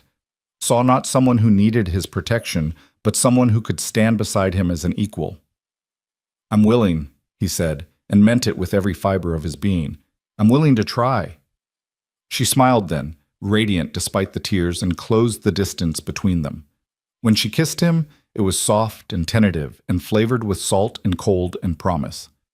Graham stood frozen for half a heartbeat, shocked by the simple miracle of human contact after so many years of isolation. Then his arms came up and pulled her closer, and he kissed her back with all the desperate hope and terrified longing he'd been holding at bay. When they finally pulled apart, both breathing hard, Wallace's voice drifted across the valley. I hate to interrupt what appears to be a significant moment, but it's getting colder, and I'd very much like to reach town before my extremities freeze solid. They broke apart, laughing, and Graham realized he was laughing, actually laughing, for the first time in longer than he could remember. Evelyn's hand found his and squeezed, and they walked back to their horses together, their joined hands visible proof that something fundamental had changed. The ride to Pine Creek took on a different quality after the valley. Where before there had been tension and unspoken questions, now there was a fragile understanding, an agreement to try. Graham found himself pointing out landmarks to Evelyn. The ridge where he'd shot his first elk, the meadow where spring wildflowers would bloom in impossible profusion, the creek where he'd learned to fish as a boy. He was sharing his Montana with her, trusting her with the landscape that had shaped him. And she received it all with the same attention she'd given the Timber Valley, seeing not just scenery, but story, understanding that every rock and tree held memory and meaning. They reached Pine Creek just as the sun was setting, painting the town in shades of orange and gold. The sight of the familiar buildings should have brought relief, but instead Graham felt a twist of anxiety. Here, in civilization such as it was, reality would reassert itself. Wallace would conduct his business. Evelyn would have time to reconsider her impulsive decision. The spell of the wilderness would break, and she'd remember all the reasons why staying in Montana was impossible. But as they rode down the main street toward the hotel, Evelyn's hand reached across the gap between their horses and brushed his arm.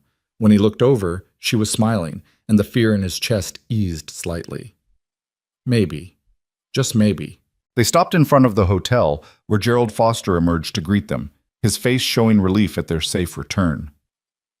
Thank God. We'd heard about the avalanche up near Broken Ridge. When you didn't come back yesterday, we feared the worst.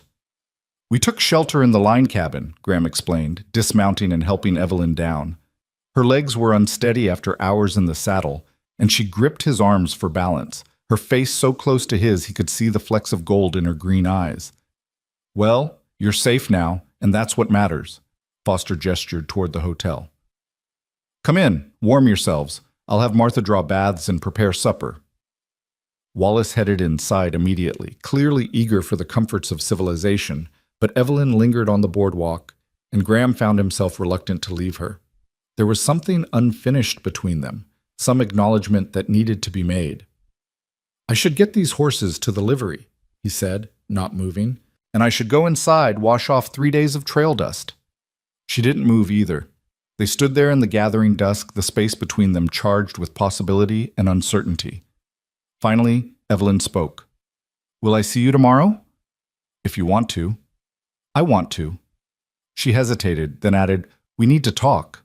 Really talk. About what staying here would mean, about logistics and reality and all the things we've been avoiding. I know. He did know, and the knowing terrified him.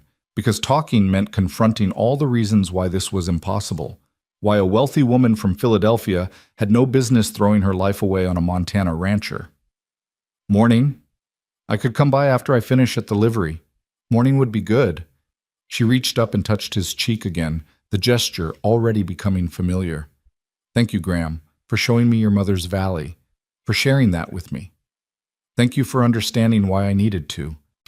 She smiled and turned to go, then paused at the hotel door. Oh, and Graham? For what it's worth, I think your mother would be proud of the man you've become. Proud that you survived, and proud that you're finally willing to try to do more than just survive. Then she was gone, disappearing into the warm glow of the hotel, and Graham was left standing in the cold evening with his horses and the weight of hope he'd thought he'd never feel again. He took the horses to the livery, spending longer than necessary brushing them down and checking their hooves, delaying the moment when he'd have to ride back to the Circle L and sit alone with his thoughts. Old Pete, the livery owner, watched him work with knowing eyes. Heard you took the Hart girl into the back country, Pete said, not looking up from the bridle he was mending. Heard she handled herself pretty well. She did. Heard you got caught in that avalanche up by Broken Ridge. Lucky you knew where the line cabin was. Lucky, Graham agreed, though luck didn't begin to describe it. She's a fine woman, that Miss Hart. Pete's tone was carefully casual. Be ashamed to see her head back east. Town could use more folks with backbone. Graham knew what Pete was really asking, knew the old man was one of the few people in Pine Creek who actually gave a damn what happened to him. Maybe she won't go back.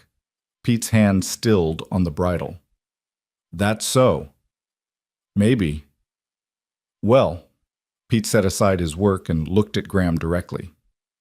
If she stays, you be good to her, you hear? Don't let Montana make you cruel. There's enough cruelty in this world without adding to it. I'll try. That's all any of us can do. Pete picked up his work again. Your daddy tried, you know, after your mama passed. He tried real hard to keep going, to be there for you. But grief is a heavy burden, and sometimes a man can't carry it and still function. Don't judge him too harshly. Graham felt his throat tighten. I don't. Good. And don't judge yourself too harshly either. You did what you had to do to survive, and there's no shame in that. But if you get a chance at something more than survival, something that might actually make you happy, don't throw it away out of fear. The words settled into Graham's chest like seeds in winter soil, dormant now, but carrying the potential for growth come spring. He thanked Pete and mounted his horse for the ride back to the ranch. But the old man's wisdom rode with him through the darkness. The Circle L looked lonely when he arrived, a single dark structure against the snow-white landscape. No smoke from the chimney, no light in the windows, no welcoming warmth, just cold reality. This was what he was asking Evelyn to choose, this isolation, this hardship, this grinding daily battle against a land that didn't care whether you lived or died. But as he built up the fire and lit the lamp and made himself a sparse supper, he couldn't help but imagine her there, couldn't help but picture her at the stove cooking, or sitting at the table sketching, or curled up in the chair his mother used to favor, reading by firelight. The house would feel different with her in it, feel less like a shelter and more like a home. The question was whether she'd still feel the same way after a month, a year, a decade of Montana winters. Whether the romance of the frontier would survive contact with its brutal reality. Whether love, if that's what this was, would be enough to sustain her when the loneliness and the cold and the endless work wore away at her spirit. He'd watched it happen to his mother. He couldn't bear to watch it happen to Evelyn. But then he remembered her face when she'd seen the Timber Valley, the wonder and the mourning mixed together, remembered her determination on the trail, the way she'd adjusted to the saddle and the cold without complaint, remembered her standing in the avalanche's aftermath, shaken but unbroken. And he thought maybe, just maybe, she was stronger than he was giving her credit for. Maybe she was strong enough to choose this life with full knowledge of what it would cost. Or maybe he was being a selfish fool, and love, if that's what this was just another name for selfishness. Graham spent a restless night wrestling with these thoughts, and when dawn finally came, he was no closer to answers. He did his morning chores mechanically, fed the cattle, checked the water, repaired a section of fence that had come loose in the wind. Physical work that occupied his hands and gave his mind space to circle endlessly around the same questions. By mid-morning, he could delay no longer. He saddled his horse and rode into Pine Creek, his heart beating harder with each mile that passed. What would she say? Had the cold light of morning changed her mind? Had Wallace talked sense into her, reminded her of all she'd be giving up? The hotel dining room was quiet when he arrived, most of the breakfast crowd already dispersed to their various labors. But Evelyn was there, sitting by the window with a cup of tea, her journal open on the table before her. She'd changed into a proper dress, deep blue with cream lace at the collar, and her hair was pinned up in the Eastern style.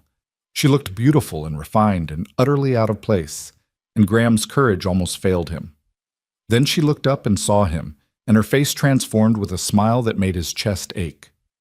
"You came," she said, standing as he approached. "I wasn't sure you would." "I said I would."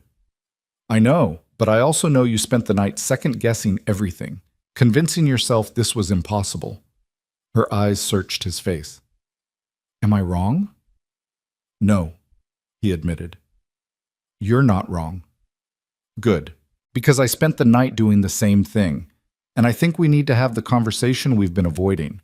The one where we're honest about all the very good reasons why this is a terrible idea. She gestured to the seat across from her. Sit. Let's talk like adults instead of people caught up in the romance of surviving danger together. Graham sat, grateful and terrified in equal measure. A server brought coffee without being asked, Martha Foster, who'd known Graham since he was a boy and knew his preferences. She winked at him before disappearing, and he wondered if the entire town was already gossiping about him and the Hart girl. Your uncle? He asked, looking around. Meeting with the land agent about the timber tracts. He'll be gone for hours. She wrapped her hands around her teacup, which gives us time to be completely honest with each other. All right. Graham took a breath. Honestly, I'm terrified. Terrified that you'll stay and regret it. Terrified that Montana will break you the way it broke my mother. Terrified that I'll fail you somehow. That I won't be enough to make up for everything you'd be giving up. Evelyn nodded slowly. And honestly, I'm terrified too. Terrified that I'm making a decision based on emotion rather than reason. Terrified that the romance of the frontier will fade and I'll be left with just the hardship. Terrified that I don't actually know you well enough to be making a life-changing decision. They sat in silence for a moment, the honesty hanging between them like a bridge and a barrier both. So why are we even considering this? Graham asked. If we're both so terrified, why not just acknowledge it was nice while it lasted and go our separate ways? Because, Evelyn said, leaning forward, her eyes intense, despite the terror, despite the rational objections, despite everything that says this is impossible, I don't want to go our separate ways. I want to know what might happen if we're brave enough to try. That's not a plan. That's not even a good reason. No, it's not. She smiled, sad and hopeful. But it's the truth. And I think after everything we've been through, we owe each other truth. Graham wanted to argue, wanted to present all the logical reasons why this couldn't work, but looking at her across the table, at this woman who'd ridden into town 4 days ago and somehow turned his entire world on its axis, he couldn't find the words. What would it look like? He asked instead. If you stayed, practically speaking. I don't know. She pulled her journal toward her, open to a blank page. That's what we need to figure out. Let's start with the obvious questions. Where would I live? The ranch house is small, but there's room. We could add on if needed. And what would I do? I'm not going to be a decorative object, Graham. I need purpose. The ranch needs work, lots of it. Someone to keep the books, handle correspondence, manage supplies, someone to help with the cattle come spring, someone to... He stopped, realizing what he was describing. A partner. Not a wife to be taken care of, but a partner who shares the work. Yes. Her eyes lit up. That's exactly what I mean. Could you accept that? Accept me as an equal, not just someone you're responsible for protecting. I don't know, he said honestly. I've been alone for 6 years. I'm used to making decisions without consulting anyone, to doing things my way. It would be an adjustment. For both of us. She made a note in her journal. What about money? I have some savings, enough to help with improvements to the ranch, but I'd be giving up my position in my father's business, which means giving up that income. The Circle L makes enough to live on. Not luxuriously, but comfortably. We wouldn't starve. Graham felt strange discussing finances with her, but it was necessary. Though winters are lean sometimes, there'd be months where we'd have to be careful. I can be careful. She wrote something else. What about society? Pine Creek isn't Philadelphia. There are no opera houses, no art galleries, no literary salons. No, he agreed. But there are people. Good people, mostly. And there's beauty, if you know where to look for it.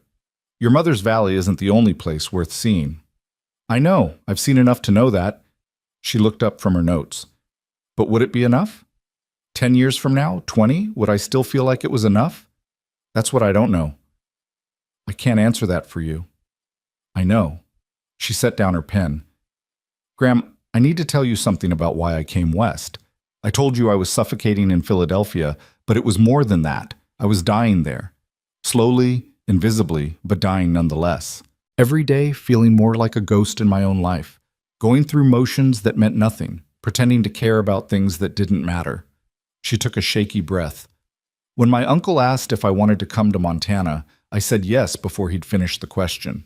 Not because I knew what I'd find here, but because I knew I couldn't keep living the way I was.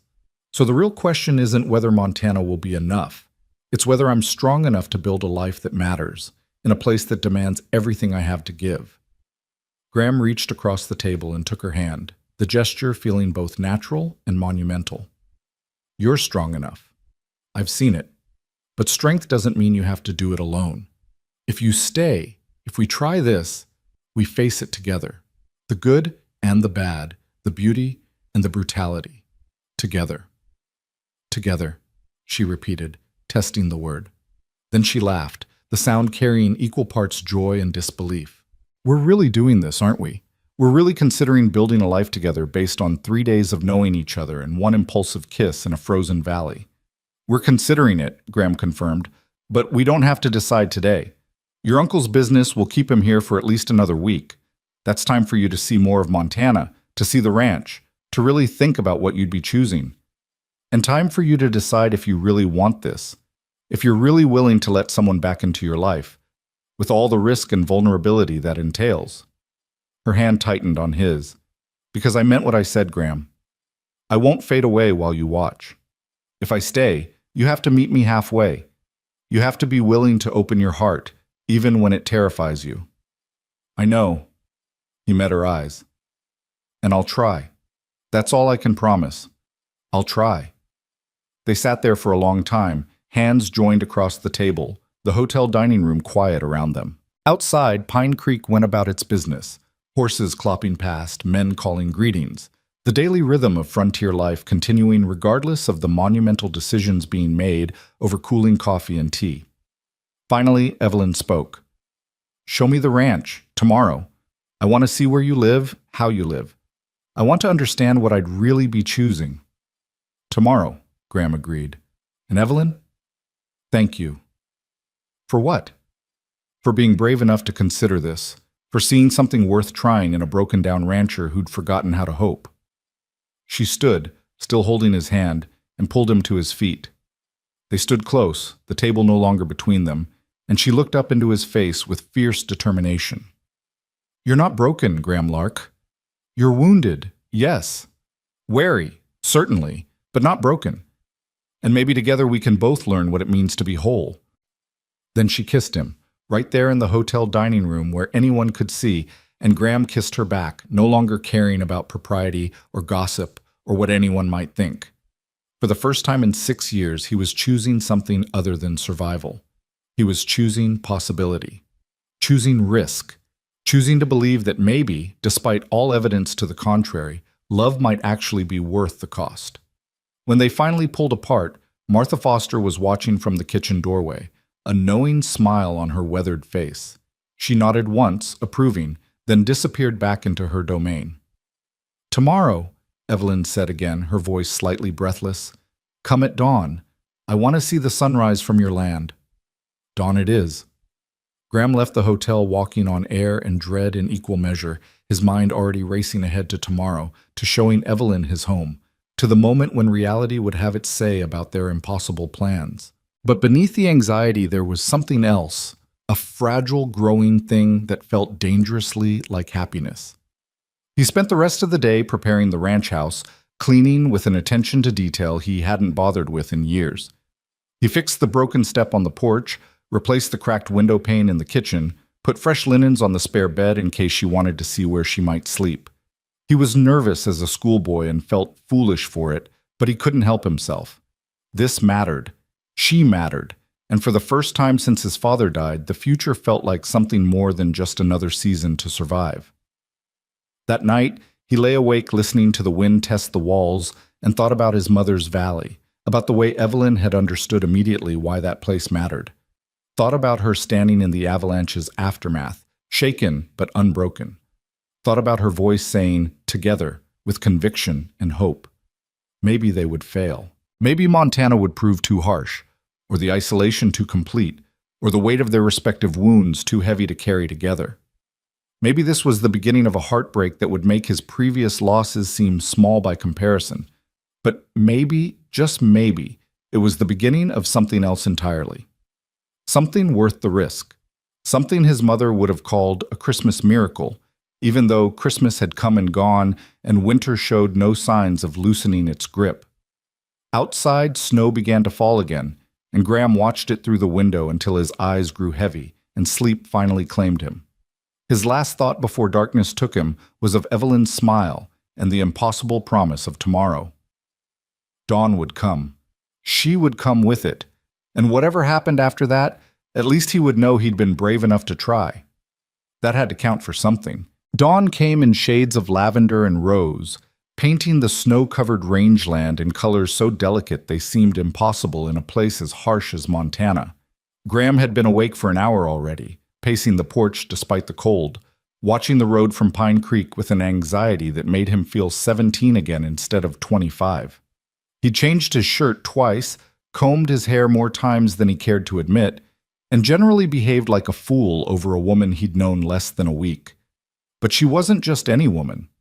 She was Evelyn Hart, and somehow, in the space of those few days, she'd become the axis around which his world turned.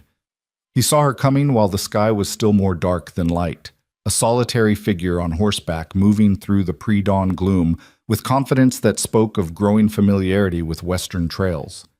She'd borrowed men's clothes again, the same canvas trousers and wool coat she'd worn into the backcountry, and her hair was braided down her back. Even from a distance, Graham could feel his heart responding to her presence, that strange tightening in his chest that was equal parts hope and terror. She reached the house just as the sun broke over the eastern peaks, flooding the valley with golden light. Graham stepped down from the porch to help her dismount, and when his hands closed around her waist, he felt the rightness of it, the way their bodies already knew how to move together despite the newness of everything between them.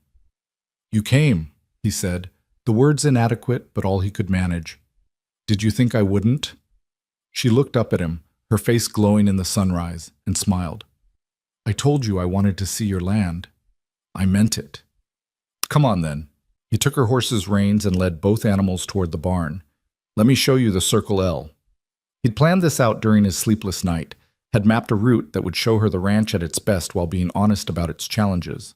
They started with the barn, where his dozen head of cattle were already stirring, their breath fogging in the cold morning air.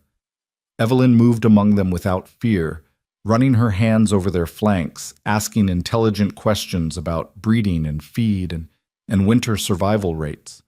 "They're beautiful," she said, pausing beside a young heifer. "Healthy looking. You take good care of them." "They're my livelihood. Taking care of them is taking care of myself." He showed her the hay stores, the grain bins, the careful systems he'd developed for winter feeding. "It's not much compared to Eastern operations, I know, but it's mine, free and clear. No debts, no obligations." "That matters," she said, and he could tell she understood the pride behind the words, the hard-won independence they represented. From the barn they walked to the house, and Graham felt his nervousness return as he opened the door and gestured her inside. This was it, the reality of what he was offering.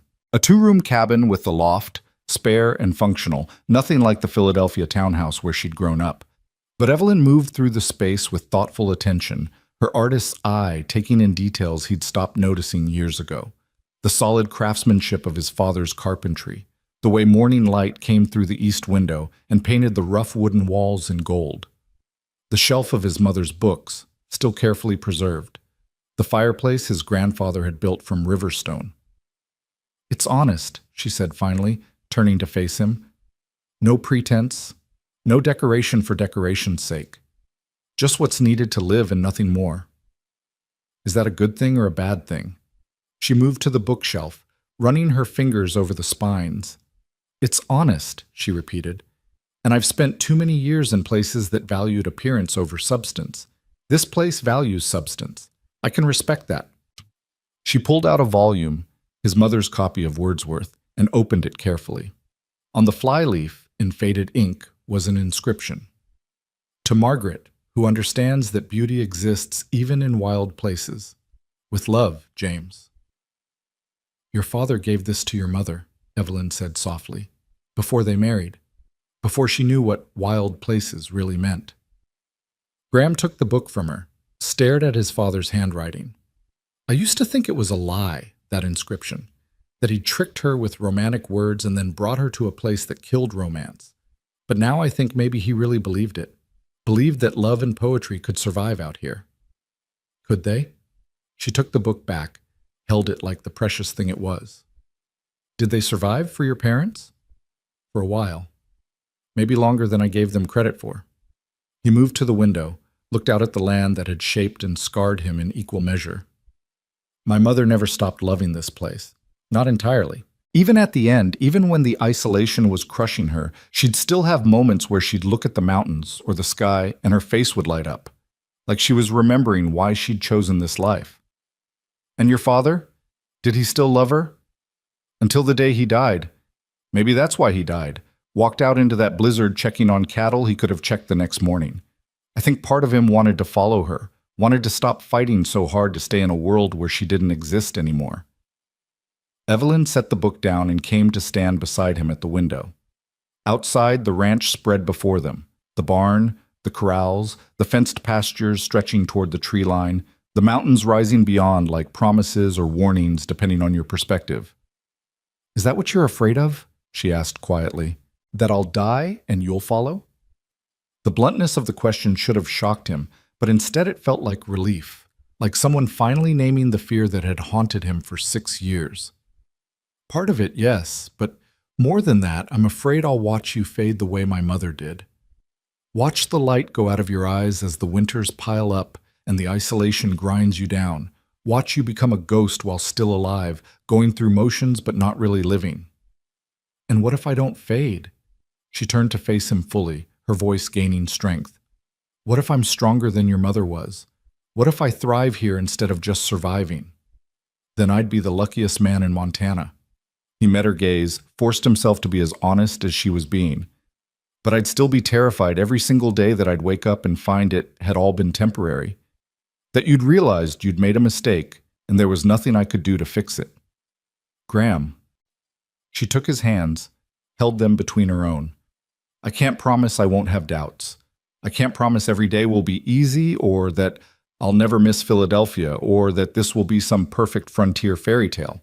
But I can promise that if I make this choice, if I choose to stay, it will be because I've thought it through completely. It won't be impulse or romance or running away from my old life. It will be a conscious decision to build a new life, here, with you. When will you know? The question came out rough, desperate. When will you be sure? I don't know. She squeezed his hands. That's why I'm here. To see everything, understand everything, before I make a choice that will affect the rest of both our lives. He nodded, accepting this even as part of him wanted to demand an answer now, wanted certainty in a situation defined by uncertainty. Then let me show you the rest. They spent the morning riding the property, Graham pointing out boundaries and landmarks, explaining the rhythms of ranch life through the seasons. He showed her where spring runoff created natural irrigation for hay meadows, where winter wind could pile drifts 20 feet high against canyon walls, where his father had died trying to save cattle that weren't worth a man's life. Evelyn absorbed it all in silence, asking occasional questions but mostly just observing, and Graham found himself grateful for her quietness. She wasn't chattering to fill the silence or pretending to understand more than she did. She was simply learning, taking the measure of this place that might become her home. They stopped for lunch at his mother's valley, the same place where they'd kissed the day before. Graham had packed bread and cheese and apples, simple food eaten with cold fingers, but sitting there beside the frozen pond with Evelyn, it felt like the finest meal he'd ever shared. Tell me about the worst, she said, breaking a long, comfortable silence. Not the worst that's already happened, but the worst that could happen. If I stay, if we build a life together, what's the thing that keeps you awake at night? He thought about deflecting, about sparing her the darkness of his thoughts, but she deserved truth. That I'll fail you when you need me most. That there'll be a moment, a medical emergency, a financial crisis, some catastrophe I can't control, and I won't be enough. That you'll die because I couldn't get you to a doctor fast enough, or we'll lose everything because one bad winter kills the herd, or you'll simply realize too late that I'm not the man you thought I was. Those are all external things, she observed. Circumstances beyond your control. What about the internal things? What about the ways we might fail each other simply by being human and flawed? He hadn't expected that question, hadn't thought past the dramatic disasters to the slow erosion that happened in the daily grind of coexistence. "I'm not good with words," he said slowly. "I'm used to silence, to working through problems alone. You'll want to talk, to share, to process things together, and I'll retreat into myself because that's what I've learned to do. We'll hurt each other in small ways that add up over time." "Yes," she agreed. "We probably will. And I'll bring my own failures to the marriage. I'm stubborn and opinionated, and I hate being told what to do. I'll push when you need space and demand explanations when you have none to give. I'll compare Montana to Philadelphia in moments of weakness and make you feel like you're not enough, even when you are." So why are we even considering this?" The question burst out of him, frustration and fear tangled together. "If we can see all the ways it might fail, all the pain we might cause each other, why not just stop now before we're in too deep?" Evelyn was quiet for a long moment, staring at the frozen pond with an expression he couldn't quite read. Then she turned to face him, and her eyes held something fierce and certain. "Because the alternative is spending the rest of our lives wondering what might have been. Because I've already lived in the safe choice, the sensible choice, the choice that looked perfect on paper and felt like death by inches. And because despite everything, despite the fear and the uncertainty and the very real possibility of failure, when I imagine my future, you're in it. This place is in it. And the not knowing doesn't scare me as much as the thought of never trying." Graham felt something crack open in his chest, some final wall he'd been holding up against hope and possibility. "I don't know how to do this," he admitted. "How to love someone without being terrified of losing them. How to let someone in without feeling like I'm giving them the power to destroy me." "Neither do I," she said. "But maybe we can figure it out together. Maybe that's what love is, not the absence of fear, but the choice to move forward despite it." He kissed her then, there beside his mother's frozen pond, and it felt different from their first kiss in the valley. That one had been born of relief and survival and the shock of unexpected connection. This one was a choice, conscious and deliberate, a stepping forward into unknown territory with eyes wide open. When they pulled apart, both breathing hard in the cold air, Graham made a decision. "There's one more place I need to show you, the hardest place." They rode northwest, climbing into the hills beyond the ranch's main pastures. The snow was deeper here, the trees closer together, the trail barely visible. But Graham knew the way by heart. He'd ridden it once a year, every year since his father's death. The grave was simple, just a marker of river stone with his father's name and date scratched into the surface, weathered by 6 years of Montana weather. Beside it, a smaller marker for his mother, even though she was actually buried in the Pine Creek Cemetery. Graham had placed it there so they could be together in this spot his father had loved, a ridge that overlooked the entire valley. Evelyn dismounted and stood before the graves in silence. Graham watched her, waiting for her reaction, needing to see how she responded to this tangible reminder of all the grief and loss that had shaped him. Finally, she spoke. "You come here often." "Once a year, on the anniversary of my father's death." "Why not more often?" "Because it hurts," he said simply. "Because standing here reminds me of everything I lost and everything I'm afraid to lose again." "But you brought me here anyway." "Yes." "Why?" He moved to stand beside her, both of them looking down at the simple markers. "Because if you're going to choose this life, you need to understand all of it, not just the beautiful valleys and the magnificent views, but the graves too, the cost, the price Montana extracts from everyone who tries to make a life here." Evelyn reached down and brushed snow from his mother's marker, her touch gentle and reverent. "Margaret Lark. She was how old when she died?" 36. "The same age I'll be in 10 years. She looked up at him. "Is that what you see when you look at me? Your mother's fate waiting to repeat itself?" "Sometimes," he admitted. "More often than I want to." "Then I need you to hear this, Graham, and really understand it." She stood and took both his hands in hers, her grip firm and steady. "I am not your mother. I won't pretend the similarities aren't there. We're both Eastern women choosing Montana, both leaving comfortable lives for something harder and more real. But the circumstances are different. I'm choosing this with full knowledge of the cost. I've seen your mother's valley and your father's grave. I've ridden through avalanche country and slept in line cabins and felt what Montana winter really means. I'm not a young bride being swept away by romance. I'm a grown woman making an informed decision. People change, he said. Circumstances change. What feels possible at 24 might feel impossible at 36. You're right, and I might reach 36 and regret every choice I've made. Or I might reach it and look back with gratitude at the life I've built. She moved closer until they were standing toe-to-toe in the snow. But Graham, the same is true of any life, anywhere. I could stay in Philadelphia and be hit by a carriage next year. I could marry some wealthy merchant and die in childbirth. I could live to be 90 and spend every day regretting the chances I didn't take. There are no guarantees, not in Montana and not anywhere else. At least in Philadelphia, you'd have doctors and hospitals and die of boredom and suffocation, she interrupted. Graham, you keep talking about survival like it's the highest goal, but I don't want to just survive. I want to live, really live, in a place that demands everything I have to give and rewards me with something real in return, even if it's hard, even if it's dangerous, even if I only get 10 good years instead of 50 mediocre ones. He stared at her, this woman who kept surprising him with her strength and clarity, and felt his carefully constructed arguments crumbling. You terrify me, he said honestly. Good. She smiled, fierce and beautiful. You should be terrified.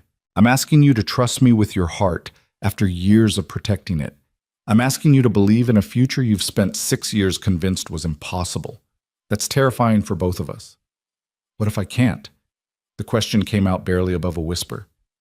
What if I'm too damaged, too wary, too broken by loss to be what you need? Then we'll fail, she said simply. We'll try our best and we'll fail, and it will hurt like hell, and we'll both be worse off than if we'd never met.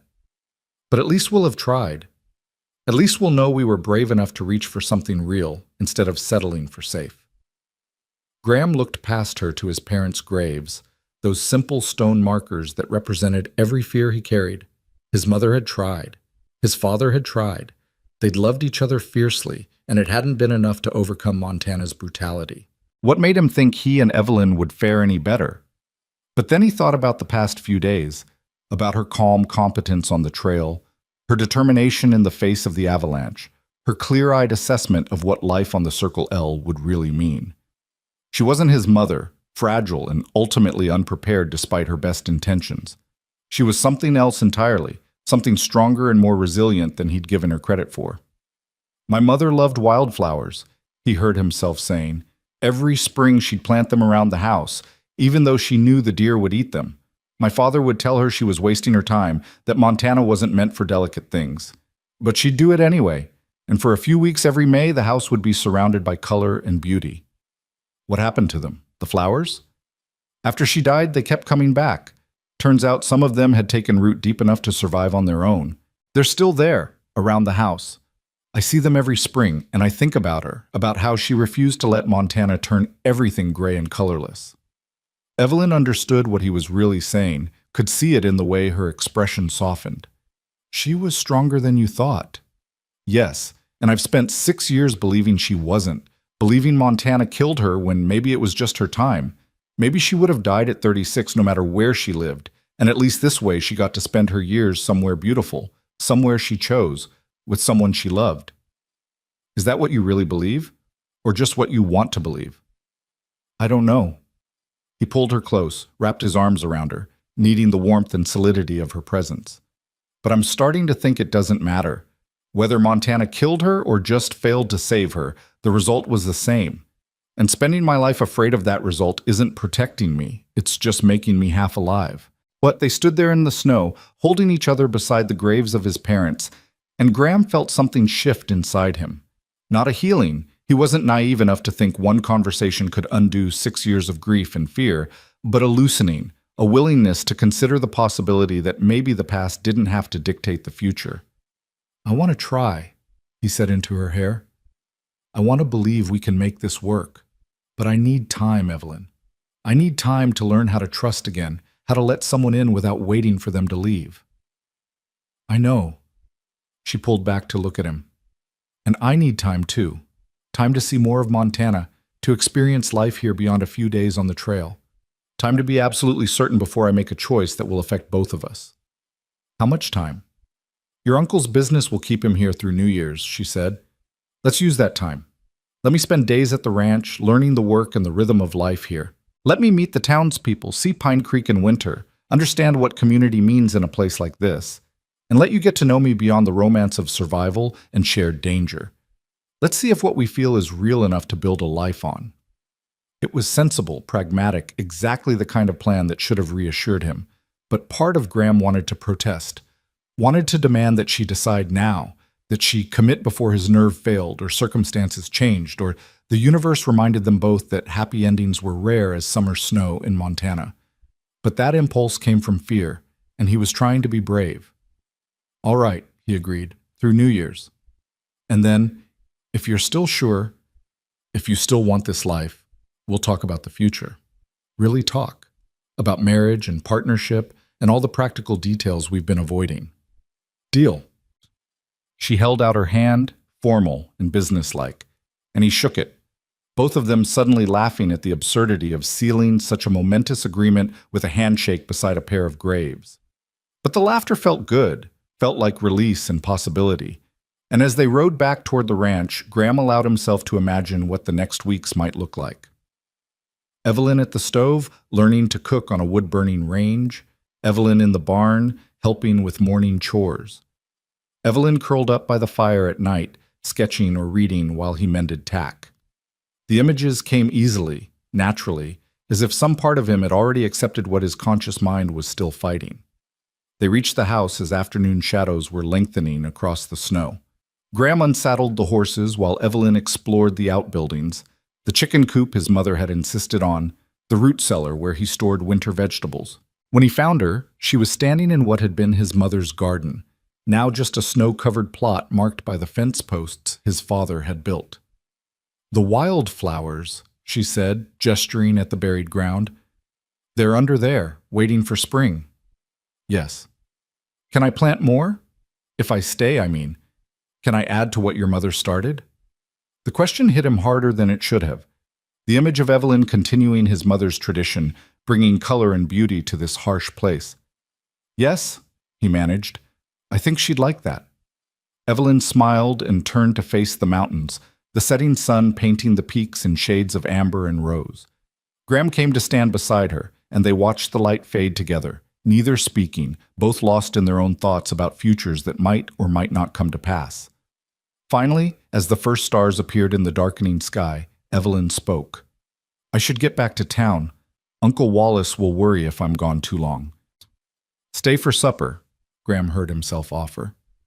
"Nothing fancy, just beans and cornbread, but it would give you a sense of what an ordinary evening looks like here."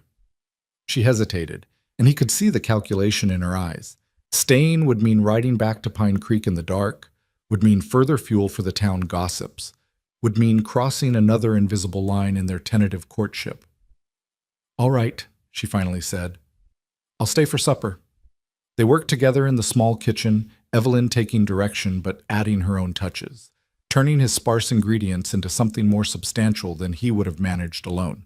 And there it was, the domestic scene he'd been imagining, made real.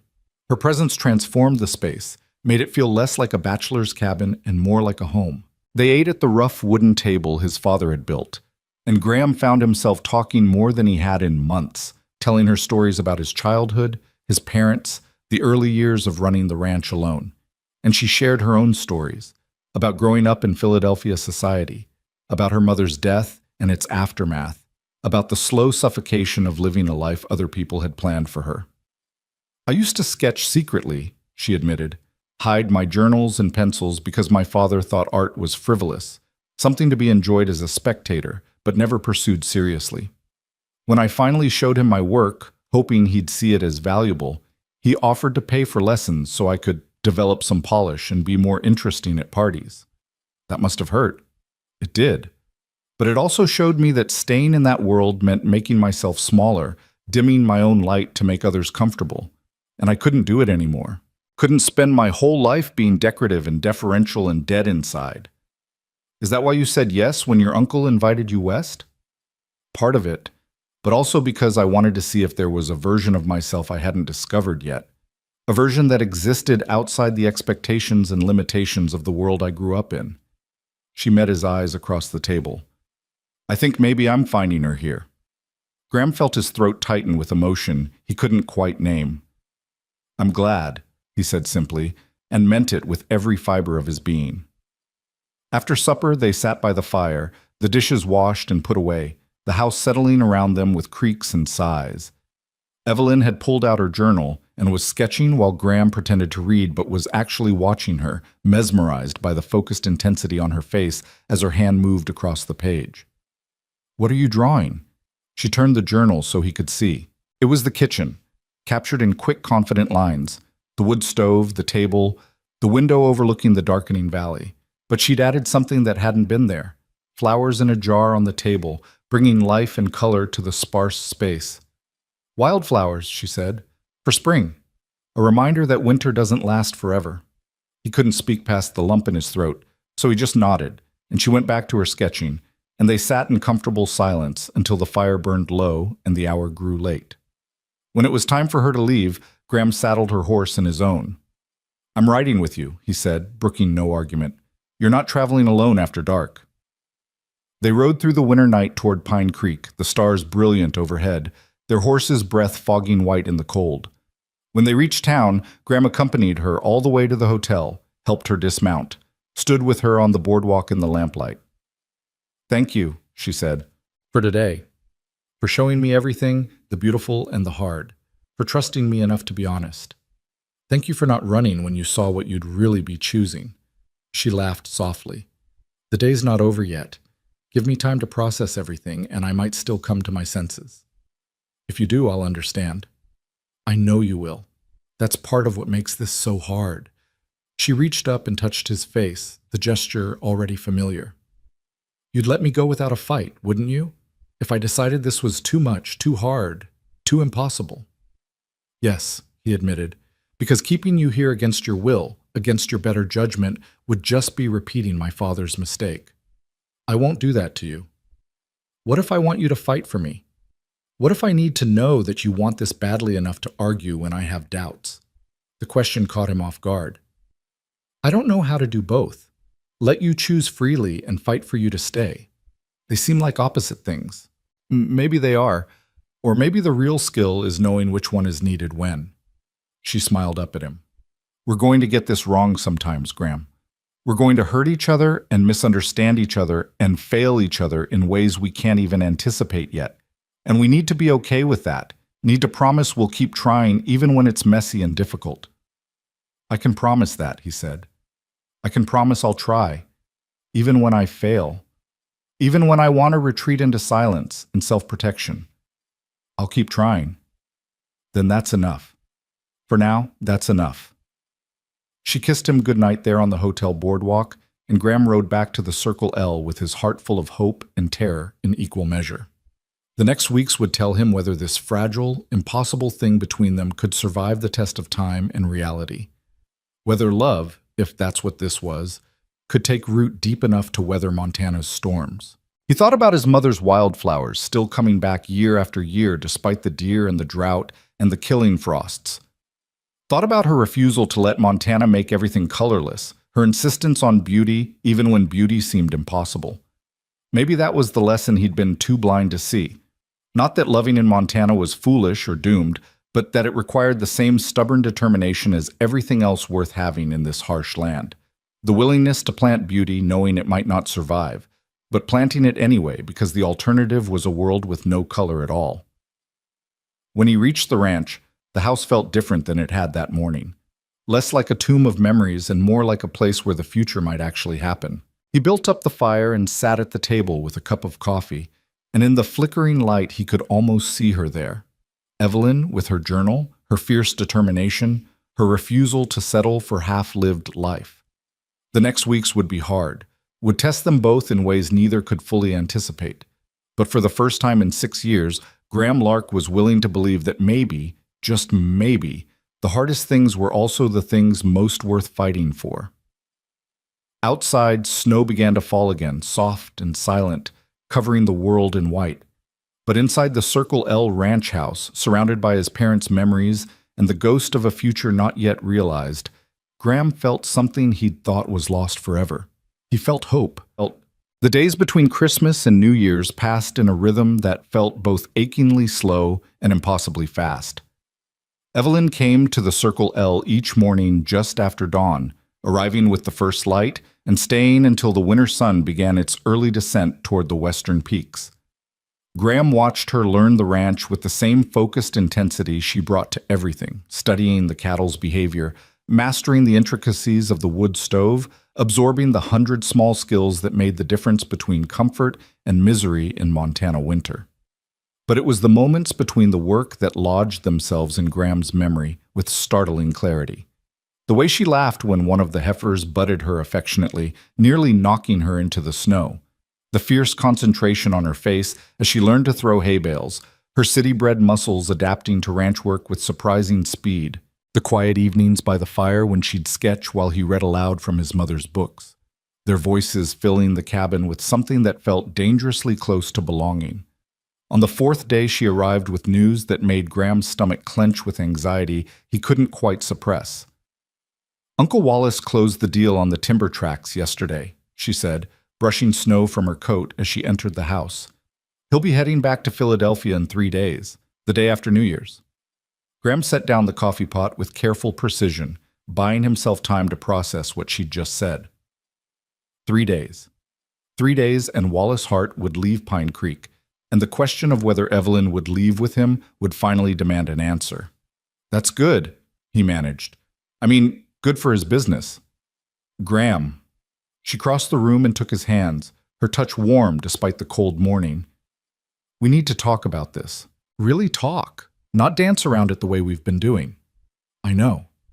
"Do you? Because every time I try to bring up the future, you change the subject or find some urgent ranch task that needs attention." There was no accusation in her voice, just gentle insistence. "We have 3 days. 3 days to figure out if what we feel is real enough to build a life on, or if it's just the romance of shared danger and winter isolation." He wanted to protest that it was more than that, wanted to list all the ways she'd become essential to him in the space of a week. But doubt crept in, whispering questions he couldn't silence. How could you know someone in a week? How could feelings this intense be trusted when they'd been forged in crisis and uncertainty? As if reading his thoughts, Evelyn continued, "I've been thinking about what you said at your parents' graves, about needing time to learn how to trust again. And I realize we haven't had that time. We've had intensity and danger and these stolen hours, but we haven't had the mundane testing that really tells you if something will last. So what are you saying?" "I'm saying I need to know if this is real. If you're asking me to stay because you genuinely want to build a life with me, or because you're lonely and I'm convenient and the timing happened to align." She held his gaze unflinching. "And you need to know the same about me. If I'm staying for you, or if I'm running away from Philadelphia and you just happen to be here." The honesty of it felt like a punch to the chest, but Graham recognized the truth in her words. "How do we figure that out in 3 days?" "We stop being careful. We stop dancing around the hard questions and we ask them. We stop pretending this is a fairy tale and we treat it like the serious, life-altering decision it is." She squeezed his hands. "Starting now. Graham Lark, why do you want me to stay?" The directness of the question stripped away all his carefully prepared deflections.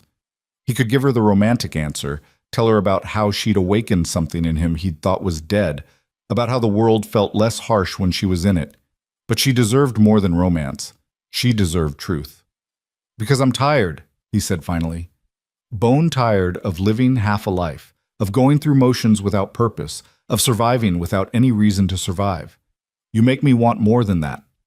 Want to build something instead of just maintaining what's left. Want to believe the future might hold something besides more winters and more loss." He paused, forcing himself to continue. "But I'm also afraid that's not enough. That wanting something and being capable of sustaining it are two different things, and I've spent 6 years proving I'm good at survival but terrible at connection." "That's honest." She didn't look away, didn't flinch from his admission. "My turn.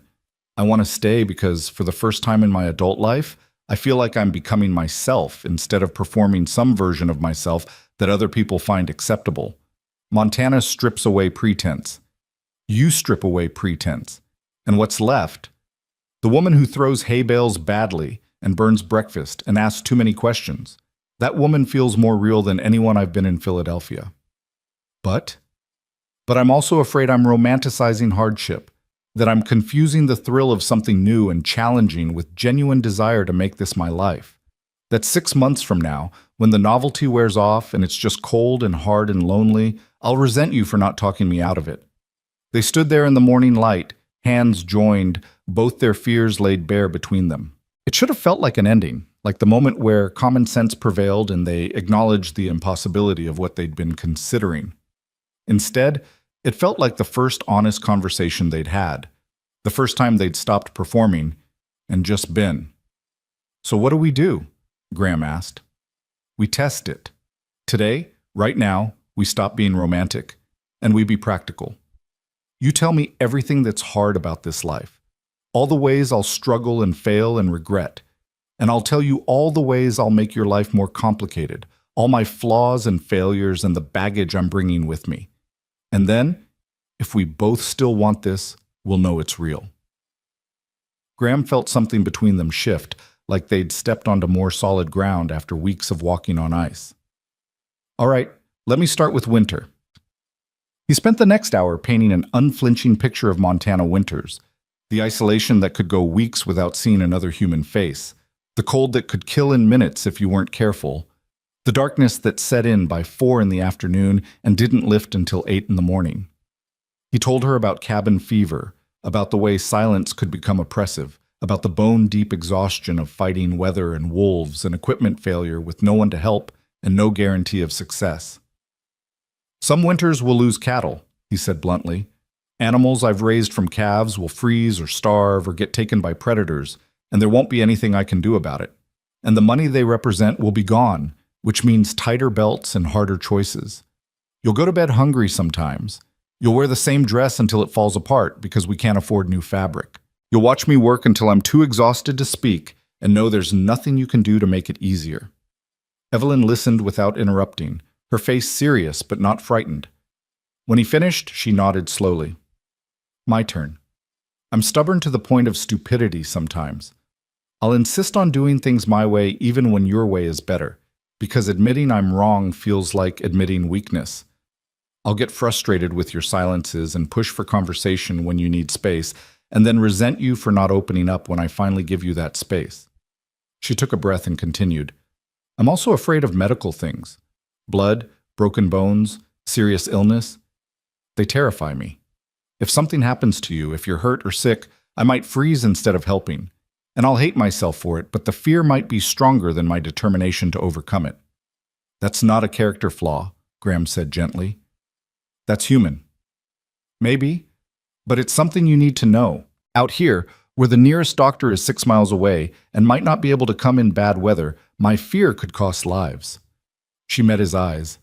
"I need you to understand that I might not be brave when it matters most, that the strength you've seen in me might fail at a critical moment." They continued like that through the morning, trading uncomfortable truths like cards in a high-stakes game. Graham told her about his temper, about how frustration sometimes made him say things he didn't mean and couldn't take back, about his tendency to withdraw when things got hard, to solve problems alone, even when partnership would be wiser, about the nightmares he still had about finding his father frozen in the snow, and how some mornings he woke up expecting everyone he cared about to be dead. Evelyn matched him truth for truth, admitting to her own darkness, the depression that sometimes swallowed her for days, making even simple tasks feel insurmountable. The way she sometimes compared people to her dead mother and found them wanting, including herself. The fear that she was fundamentally unlovable, that anyone who really knew her would eventually leave. By noon they were exhausted, wrung out from honesty, sitting at the kitchen table with cold coffee and the weight of everything they'd admitted hanging heavy between them. It should have driven them apart, this catalog of flaws and fears. Instead, Graham felt closer to her than he'd felt to anyone in years, because she'd seen the worst of him, really seen it, not the romantic notion of a brooding cowboy, but the broken reality of a man still learning how to be human, and she hadn't run. I have one more question, Evelyn said finally, her voice quiet but steady. And I need you to answer honestly, even if you think the answer will hurt me. All right. Do you love me? Not the idea of me, not the possibility of what we could be, but me, flawed and fearful and stubborn, the actual woman sitting across from you right now? The question hung in the air like a challenge and a plea. Graham looked at her, really looked, taking in the tired circles under her eyes from too many early mornings, the calluses forming on her hands from ranch work, the way her hair was coming loose from its braid. She wasn't the polished Eastern lady who'd stepped off the stagecoach a week ago. She was rumpled and real and more beautiful than anything he'd ever seen. I don't know it, he said, and watched her flinch before he continued. I don't know if what I feel is love or need or just desperate hope that maybe I can have something good after years of loss. I don't trust my own emotions enough to label them confidently. But I know that when you're here, the world makes more sense. I know that I think about your happiness more than my own comfort. I know that the thought of you leaving makes me feel like I'm losing something essential, like a limb or a lung or some vital piece of myself. He reached across the table and took her hand. And I know that whatever this is, love or the beginning of love or something that hasn't been named yet, it's real enough that I'm willing to risk everything to find out where it leads. Is that enough for you? Can you build a life on, I don't know, but I'm willing to try? Tears tracked down her cheeks, but she was smiling. Yes, because that's my answer too. I don't know if I love you, Graham. I think I might, or I'm falling toward it, or I'm already there and too frightened to admit it. But I know that being here feels like breathing after years of suffocation. I know that working beside you feels like partnership in a way nothing in Philadelphia ever did. I know that when I imagine my future, you're in every version of it that doesn't feel like death. So what do we do with that? We take a leap of faith. She squeezed his hand. We stop waiting for certainty that will never come, and we choose each other anyway. We commit to trying, to failing, to getting back up and trying again. We build something real out of imperfect materials and hope it's strong enough to weather whatever storms come. Graham felt his chest tighten with emotion too large for words. You're sure? Because once you make this choice, once you stay, I'm going to hold on to you with everything I have. I'm going to fight for us even when it's hard, even when you have doubts, even when Montana makes you question everything. You need to be sure you want that kind of commitment from someone as broken as me. I'm sure. Her voice was steady, certain in a way that cut through all his remaining doubts. I'm choosing this. I'm choosing you. I'm choosing Montana and the Circle L and whatever future we can build together. Not because it's easy or safe or what I'm supposed to do, but because it's real. Because you're real. Because a hard life lived authentically is worth more than a comfortable life lived as someone else's idea of who I should be. They stood simultaneously, coming together in the middle of the kitchen with a force that spoke of desperation and relief and the terror of choosing uncertain happiness over safe misery. Graham kissed her like a drowning man finding air, and she responded with equal intensity, both of them pouring weeks of careful restraint into this moment of commitment. When they finally pulled apart, both breathing hard, Graham rested his forehead against hers. We should tell your uncle. Give him time to adjust to the idea before he leaves. He already knows. At Graham's surprised look, she smiled. I told him yesterday after he closed the timber deal. Told him I was staying in Montana, that I'd found something here worth more than anything waiting for me in Philadelphia. What did he say? He said he'd seen it coming since the day we rode back into Pine Creek after the avalanche. Said the way you looked at me and the way I looked at you told him everything he needed to know about where this was heading. She traced the line of his jaw with her fingers. He's happy for me, Graham. Worried, yes, because he understands what I'm choosing, but happy that I'm finally living for myself instead of performing for everyone else. Relief flooded through Graham, one more obstacle removed. When will you tell him you've decided? Made it official? New Year's Eve. There's a gathering at the hotel. Nothing fancy, just the townspeople marking the turning of the year. We'll tell him then, in front of witnesses, so it's real and binding and there's no taking it back in a moment of fear. That's 2 days away. I know. 2 days to finish testing this, to make absolutely certain we're not making a terrible mistake. She pulled back to look at him seriously. Graham, I need you to understand something. When I commit to this, when I publicly choose to stay, there's no going back. My reputation in Philadelphia will be ruined. Respectable women don't run off to Montana with cowboys they barely know. My father will likely disown me. I'll be burning bridges that can't be rebuilt. I know, and I'll spend the rest of my life trying to be worth that sacrifice. Don't. Her voice was sharp, stopping him. Don't make it about being worthy or earning my choice or any of that romantic nonsense. I'm not a prize you won or a burden you're taking on. I'm a partner making the same leap you are, with the same risks and the same potential for failure. We're equals in this, Graham. We have to be, or it won't work. He'd never loved her more than in that moment, standing in his kitchen with her hair a mess and her eyes fierce with determination. Equals, he agreed. Partners. Whatever comes, we face it together. The next 2 days passed in a blur of preparation and nervous anticipation.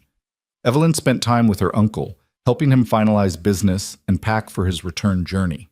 Graham worked the ranch but found his thoughts constantly drifting to New Year's Eve, to the moment when their private understanding would become public commitment. The town would talk, he knew, would speculate and gossip, and probably place bets on how long an Eastern lady would last on a hardscrabble ranch. But for the first time in 6 years, Graham found he didn't care what people thought. Let them talk. He and Evelyn knew what they were building, and that was enough. New Year's Eve arrived with crystalline clarity, the kind of day that made Montana look like something from a storybook, all sparkling snow and blue sky, and mountains painted in shades of white and gray. Graham dressed carefully, wearing his good shirt and the jacket his mother had made him wear to church on Christmas when he was young. He felt foolish for caring about appearance, but tonight mattered. Tonight he was claiming a future, and he wanted to look like a man worthy of the chance. The hotel's dining room had been transformed for the occasion, tables pushed back to create space for dancing, lamps burning bright against the darkness, the smell of pine boughs and cider filling the air. The whole town seemed to have turned out, ranchers and shopkeepers, the sheriff and the preacher, families with children, and old-timers who'd seen Montana change from wilderness to territory to something approaching civilization. Graham arrived alone, his heart pounding harder than it had any right to. He accepted a cup of cider from Martha Foster, who winked at him knowingly, and positioned himself where he could watch the door. Waiting. Always waiting, it seemed, for Evelyn to walk into his life and transform it. Then there she was, entering with her uncle, and the room seemed to quiet around them. She was wearing a dress he hadn't seen before, deep green like the pine forests, simple but elegant, her hair pinned up to show the long line of her neck. She looked like she belonged in Philadelphia ballrooms, and for a moment Graham felt the old fear rise up. How could someone like her choose someone like him? How could this possibly work? But then her eyes found his across the room, and she smiled, and all his doubts dissolved. Because the way she looked at him, like he was the only person in the room, like he was worth crossing a continent for, like he was home, that look was real. That look was a choice, conscious and deliberate, and more precious than anything he'd ever been given. She crossed the room to him, her uncle following, and suddenly they were the center of attention, everyone watching to see what would happen next. Graham felt exposed, vulnerable, but Evelyn's hand found his and squeezed, and he drew strength from her touch. "Folks," Wallace Hart's voice carried across the room, commanding attention the way a lifetime in business had taught him. "I want to share some news with you all before I head back east tomorrow. My niece Evelyn has decided to stay in Montana. She's found something here worth more than what waits for her in Philadelphia." He paused, looking between Evelyn and Graham with approval and concern mingled. "She's found a future worth fighting for, and a man brave enough to build it with her." The room erupted in conversation, some approving, some skeptical, everyone having an opinion about the Eastern lady and the hermit rancher. But Graham barely heard it, because Evelyn was looking at him with tears in her eyes and a smile on her face. "It's done," she whispered. "No taking it back now." "Good," he said, and meant it with every fiber of his being. "Because I don't want to take it back. I want to move forward, with you, starting now." Sheriff Dawson stepped forward then, clearing his throat for attention. "Seems to me that if these two are making commitments, we ought to do it proper. Preacher Matthews is right here, and there's no better time than the start of a new year to start a new life. What do you say, Graham? You want to make this official?" Graham's mind reeled. He'd expected to have time, to plan a proper proposal, to do this right. But looking at Evelyn, at the hope and fear and determination in her eyes, he realized time and planning didn't matter. What mattered was the choice, the leap, the willingness to commit despite uncertainty. "Evelyn Hart," he said, loud enough for the whole room to hear, "I'm not going to make you pretty promises about how easy this will be. I'm not going to pretend I'm not terrified or flawed or still learning how to be human again, but I will promise to try, to choose you every morning and every night, to build something real with you, something worth the risks we're both taking. Will you marry me? Tonight, in front of these witnesses, so there's no backing out when we both come to our senses?" She laughed through tears, the sound bright and joyful.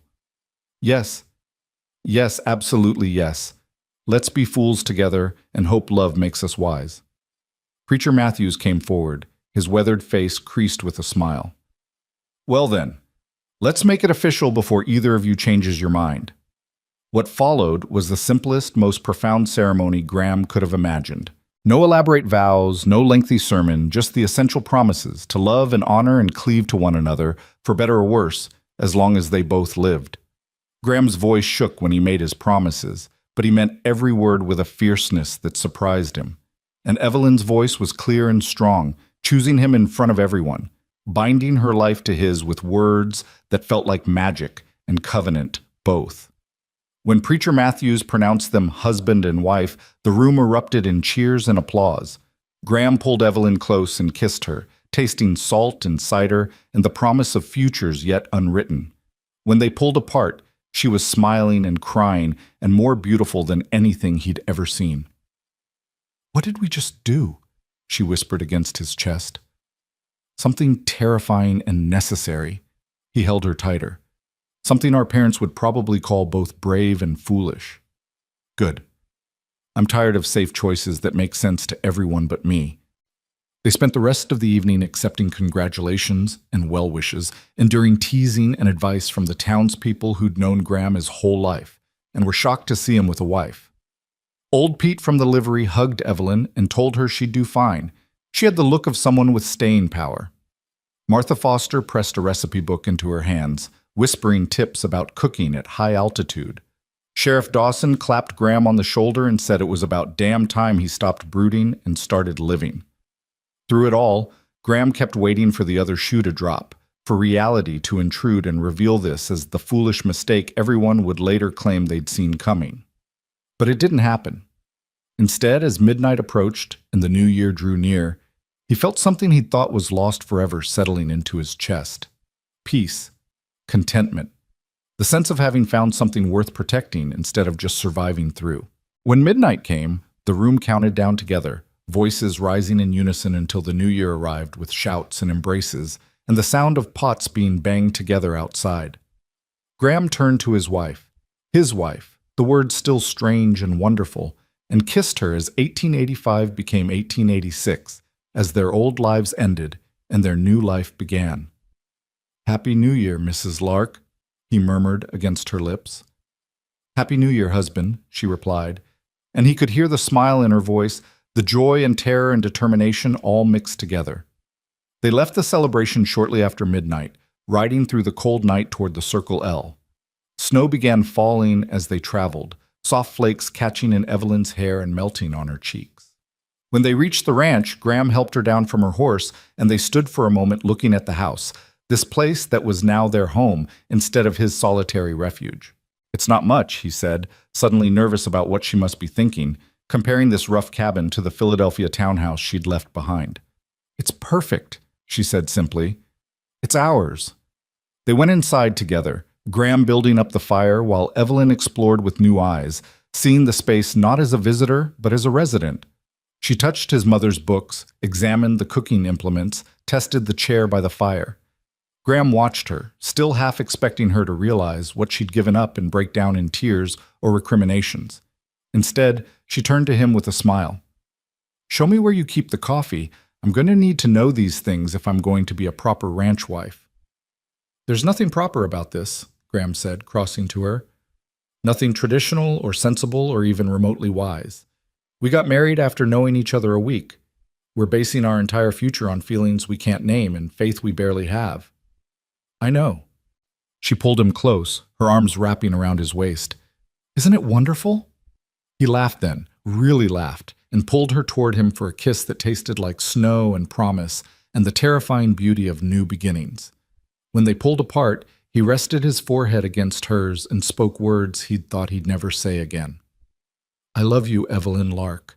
I don't know when it happened or how, but somewhere between the avalanche and the graves and your stubborn refusal to let me hide, I fell in love with you, and I'm going to spend the rest of my life trying to deserve the choice you made. I love you too, she whispered back.